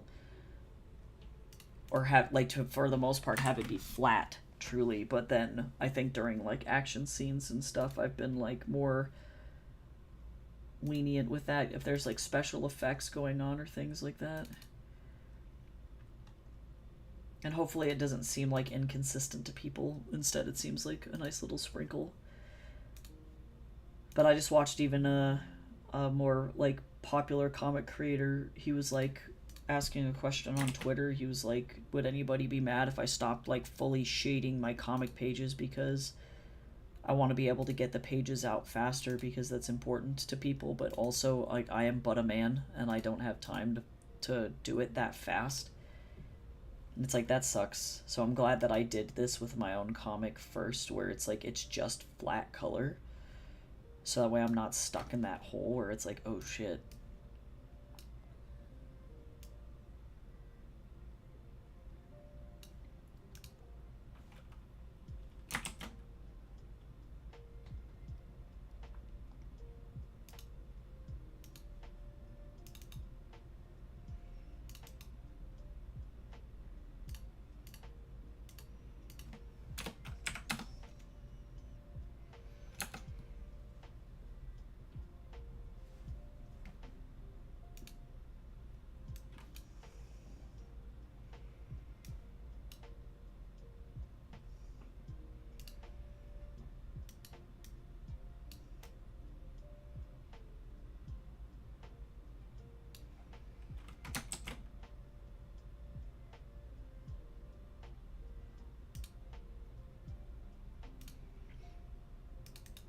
I love how she just assumes that Sean and Wukong are vegetarian in this chapter too, because they're Buddhist. Wukong is not vegetarian. He likes the meat. He likes the beef.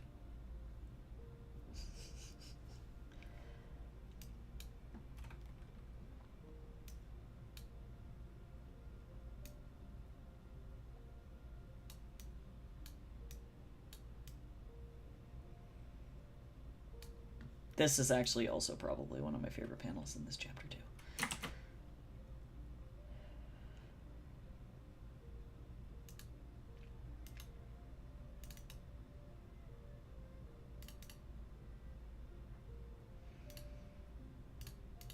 Funny, but his jokes are funny.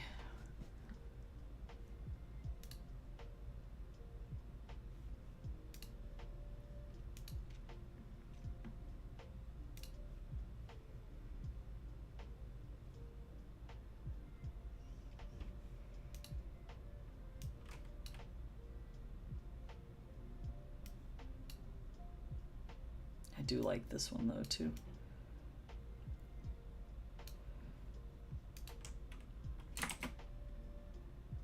It's just crazy. This is like literally months of work, you know? It's like, it's a very weird feeling coming to the end of a chapter, because it's like, damn. You know, because out of these 17 pages, that's like 17 weeks of work, sometimes more. So it's like, holy shit.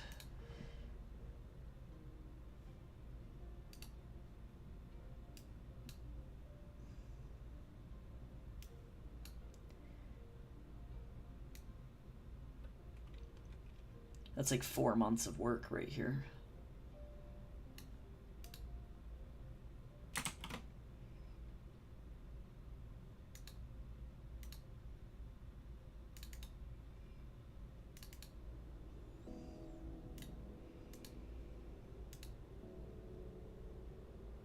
Oops, wait.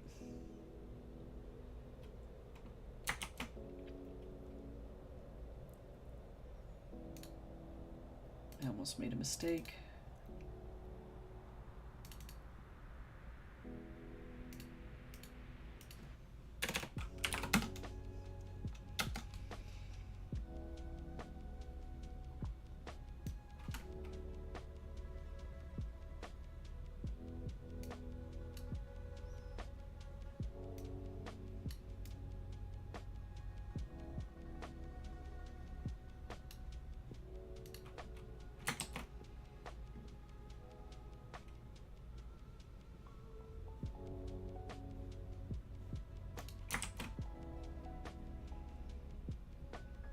It's a very, like, quiet day today outside. Like, I'm so used to all the kids outside my apartment just, like, fucking screaming bloody murder 24/7, so it's, like, weird. Then I'm, like, sitting here and everything's, like, relatively calm. It's, like, very chill.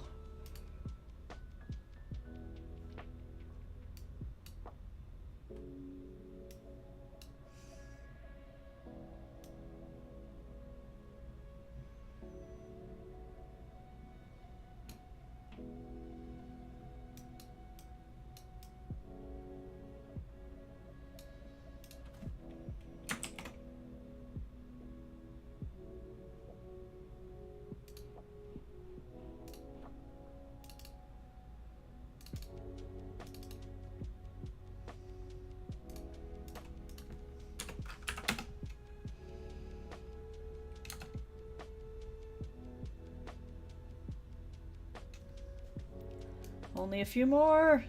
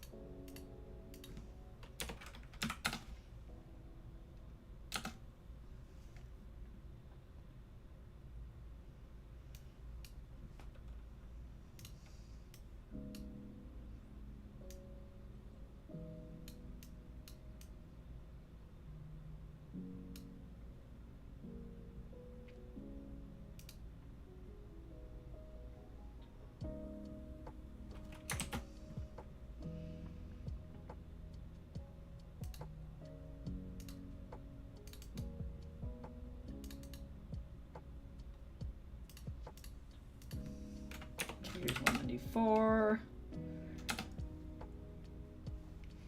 And finally, 195.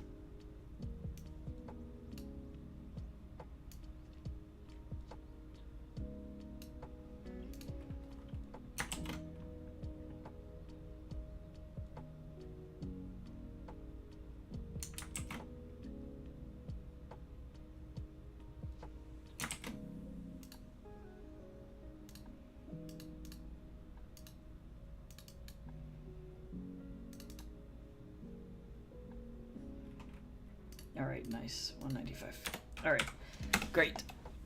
So now we're through this.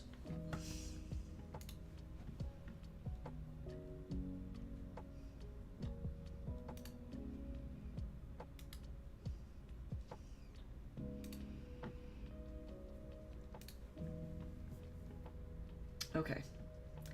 Minimize this.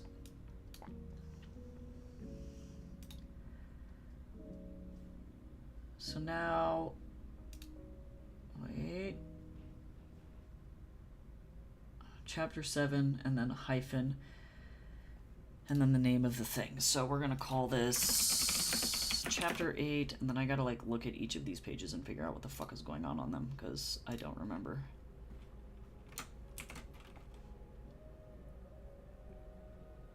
So actually I'm gonna open all of this back up.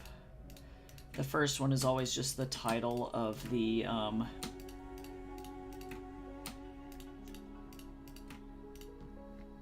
chapter, so that's easy. Family Secrets.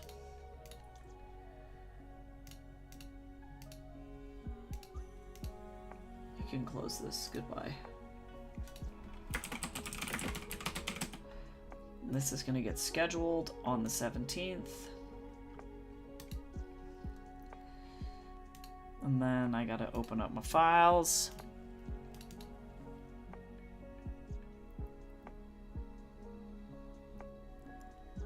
And then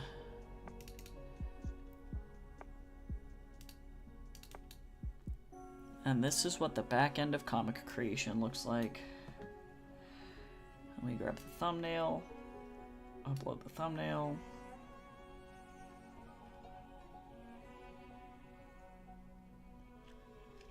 Image too wide. Oh, whoops, my bad. So let's go back. 178. Image size. They want only 940. Whoops. Image. Image size.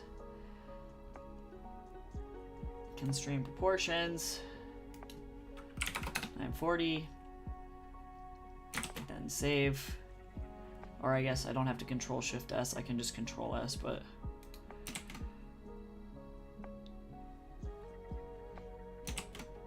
cool. So now let's try this again. Get it out of here.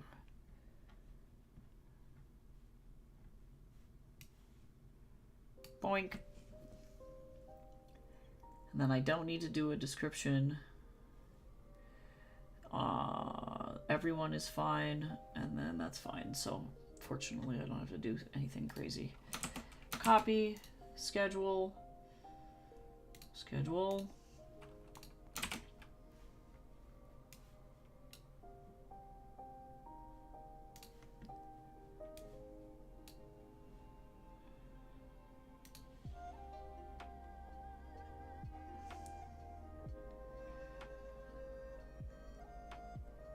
Gross. Do I need a thumbnail for this?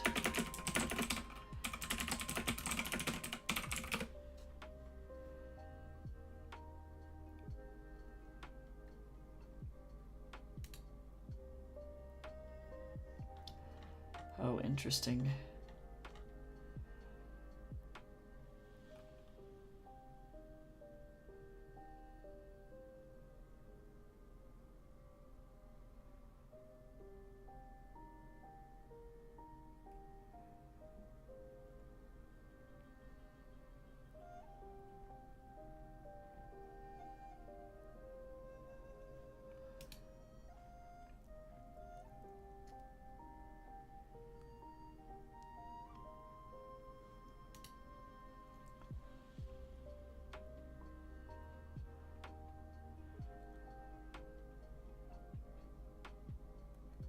Oh, but like, that's for the series.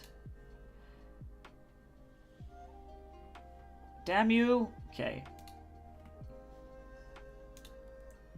Cursed. Do I need these? Hold on, time to go look at stuff.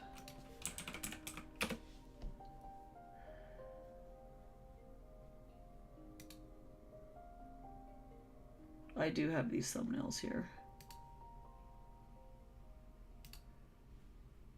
160. Lord, all right.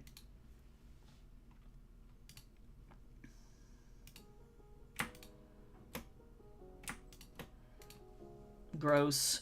Gross! This part of the process is gross. I don't like it. This is where I break my computer.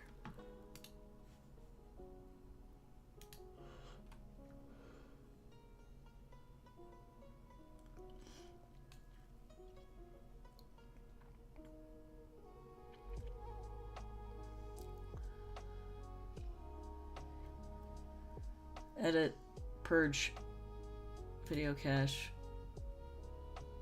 Give me that.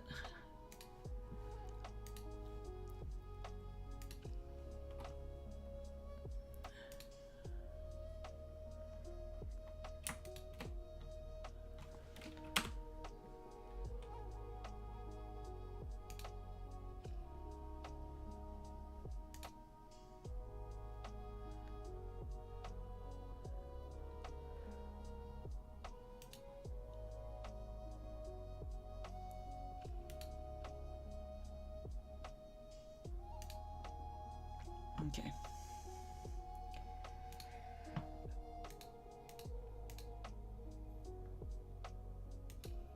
I guess to be fair, these are kind of fucking huge.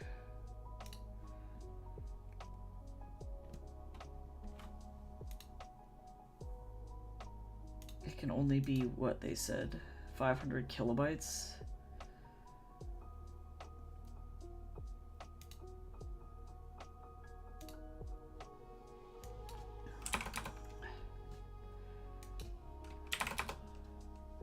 So 400 should be fine.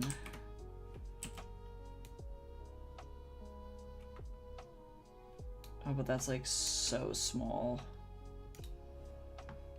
So I don't want to do that necessarily for every thumbnail that I have.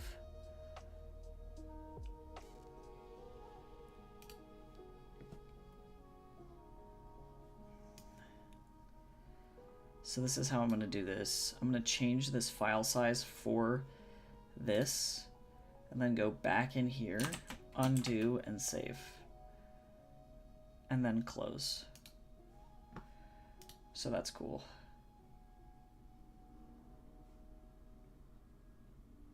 Schedule, this is going here. Okay, cool. Unnecessarily, like, bogged down, but alas.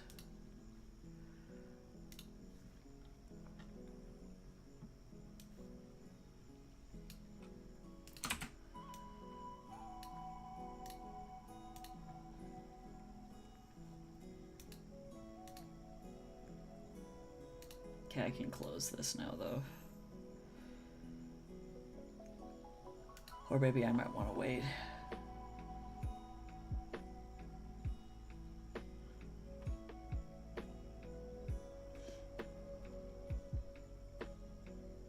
Monk Patrol, that's what this is going to be called.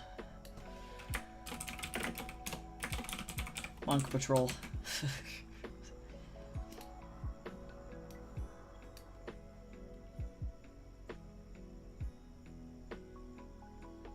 Okay, everyone is fine. Enable comments. Schedule it for the 24th.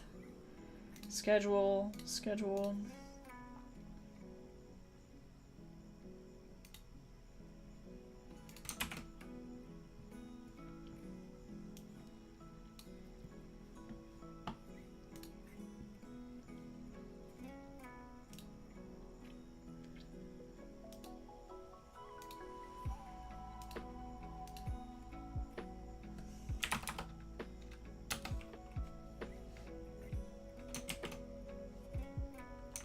Or wait.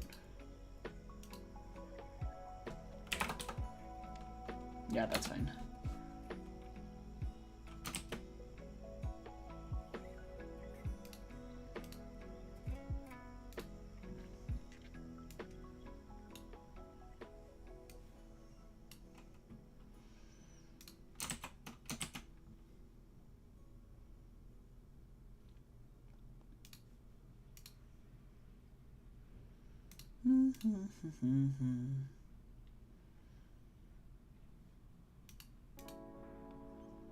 Okay, so this one's the 24th.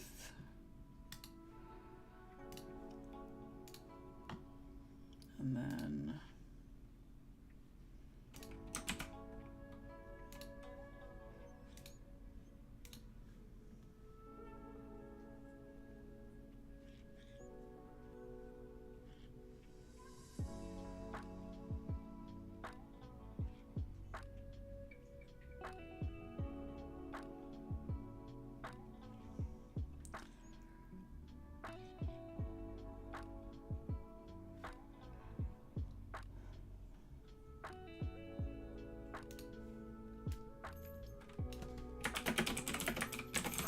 I guess I'll go I Have Dreams. Oh, I can hear the cat. He's probably coming because he's hungry for his lunch. Let's see. I just heard him violently shake his collar somewhere. I don't know where he is.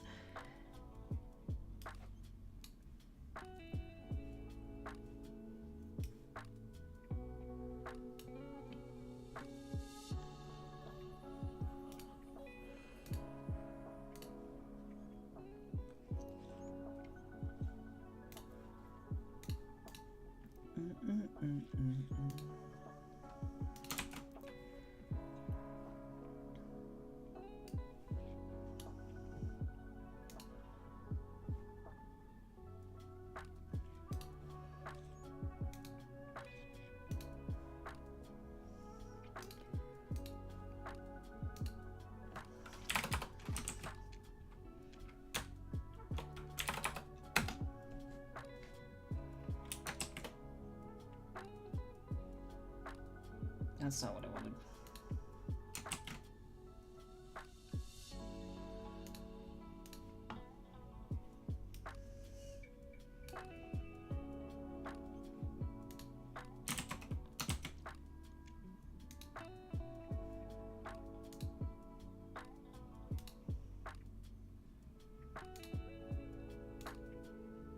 Pretty please.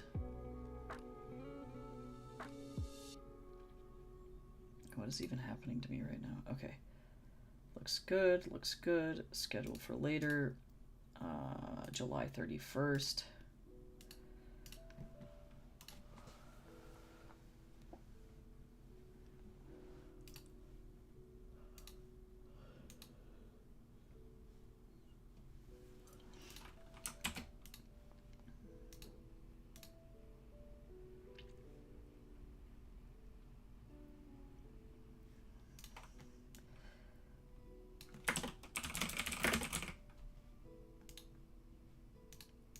Going into August,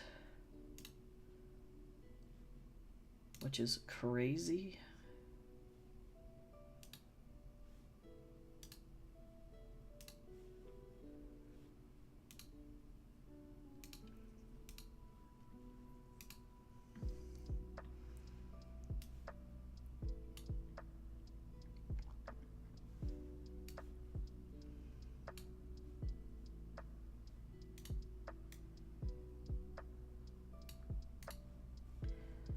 Looks better.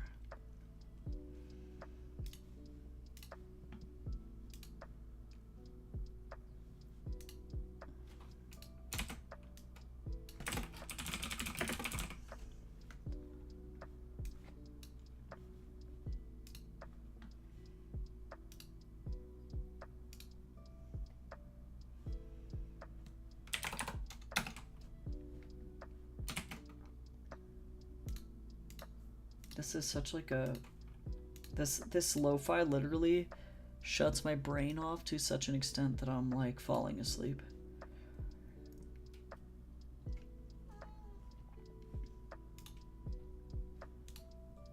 It's August 7th.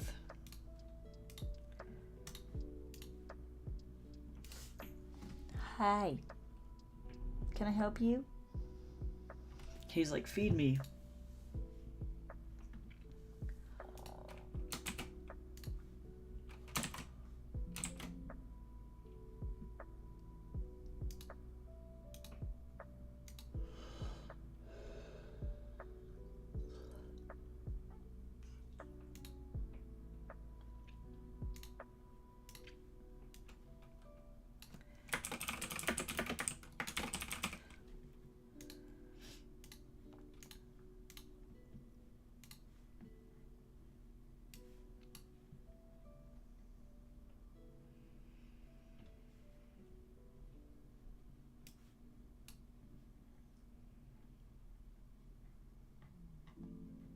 Nice. So that's the 14th.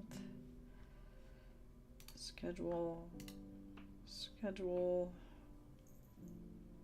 Sir, don't touch my leg. This little guy's like, hello. And I'm like, look, bud, I'm almost done.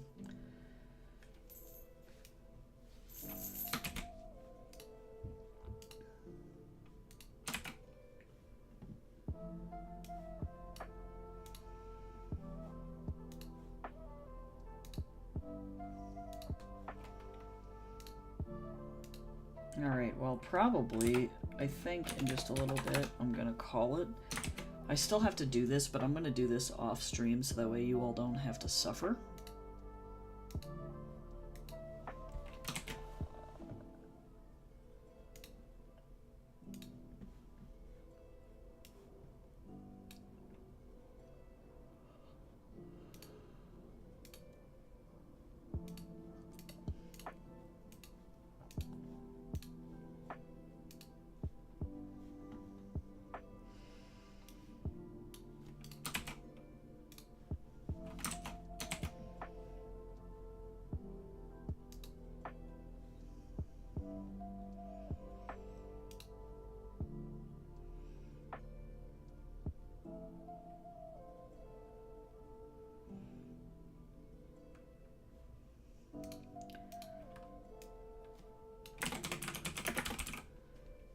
Secret Mom.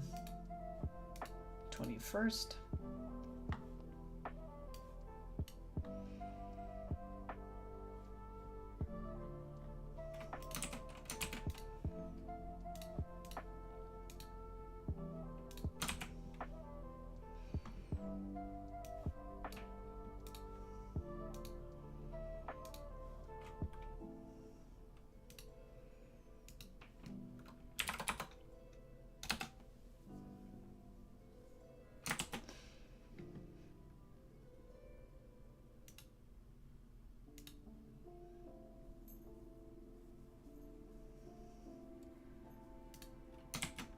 I always want to Control-Shift-S it, but I know that that's not right.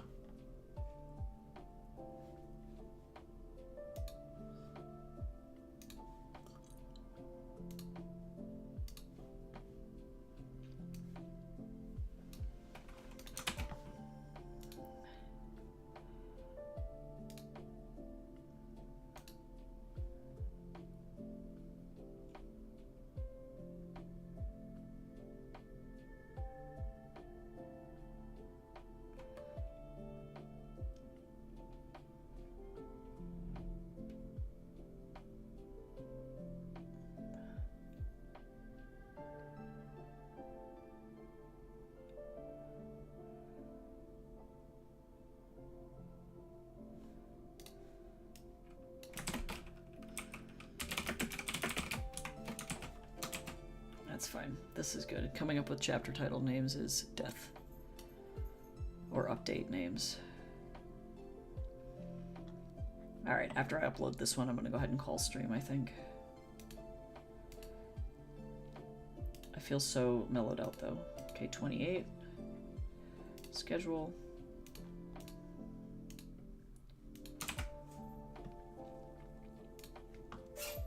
Bless you.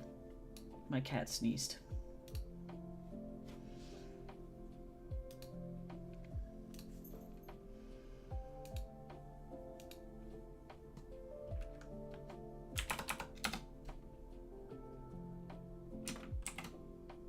Last one.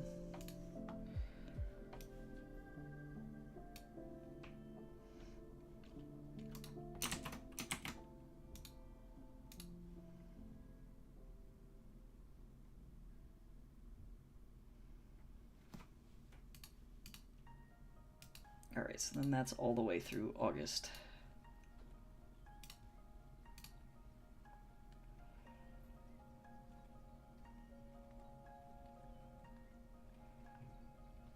You know, honestly, no, it's all good. I already scheduled the hiatus images. It's funny because I actually got done with this in time to not have a hiatus. But anyway, I'm going to go ahead and go. I'm going to do this off stream so that way y'all don't fall asleep. I'm falling asleep because this lo-fi music is slowly killing me, so I got to go turn on like a YouTube video or something so that way I'm not like falling asleep. Thank you so much to everybody who popped in. You all are amazing and I appreciate you a lot. And thank you so much to everybody who followed the comment or the comic. That's awesome. The fact that I'm over 50 on Webtoons is very cool, so thank you for that. And yeah, I'll see you all next time. I will be back, I think, tomorrow. Let me check to see if I'm actually doing anything tomorrow or if I decided that I was not doing anything tomorrow. No, I'm doing like homework and stuff tomorrow, so I will not be back. If I am, I'm going to be doing some editing, but I don't think I will. I think I'm just going to take a day. So I'll be back on Monday or Tuesday, probably Tuesday. The streams are going to get a little infrequent here because school is awful right now.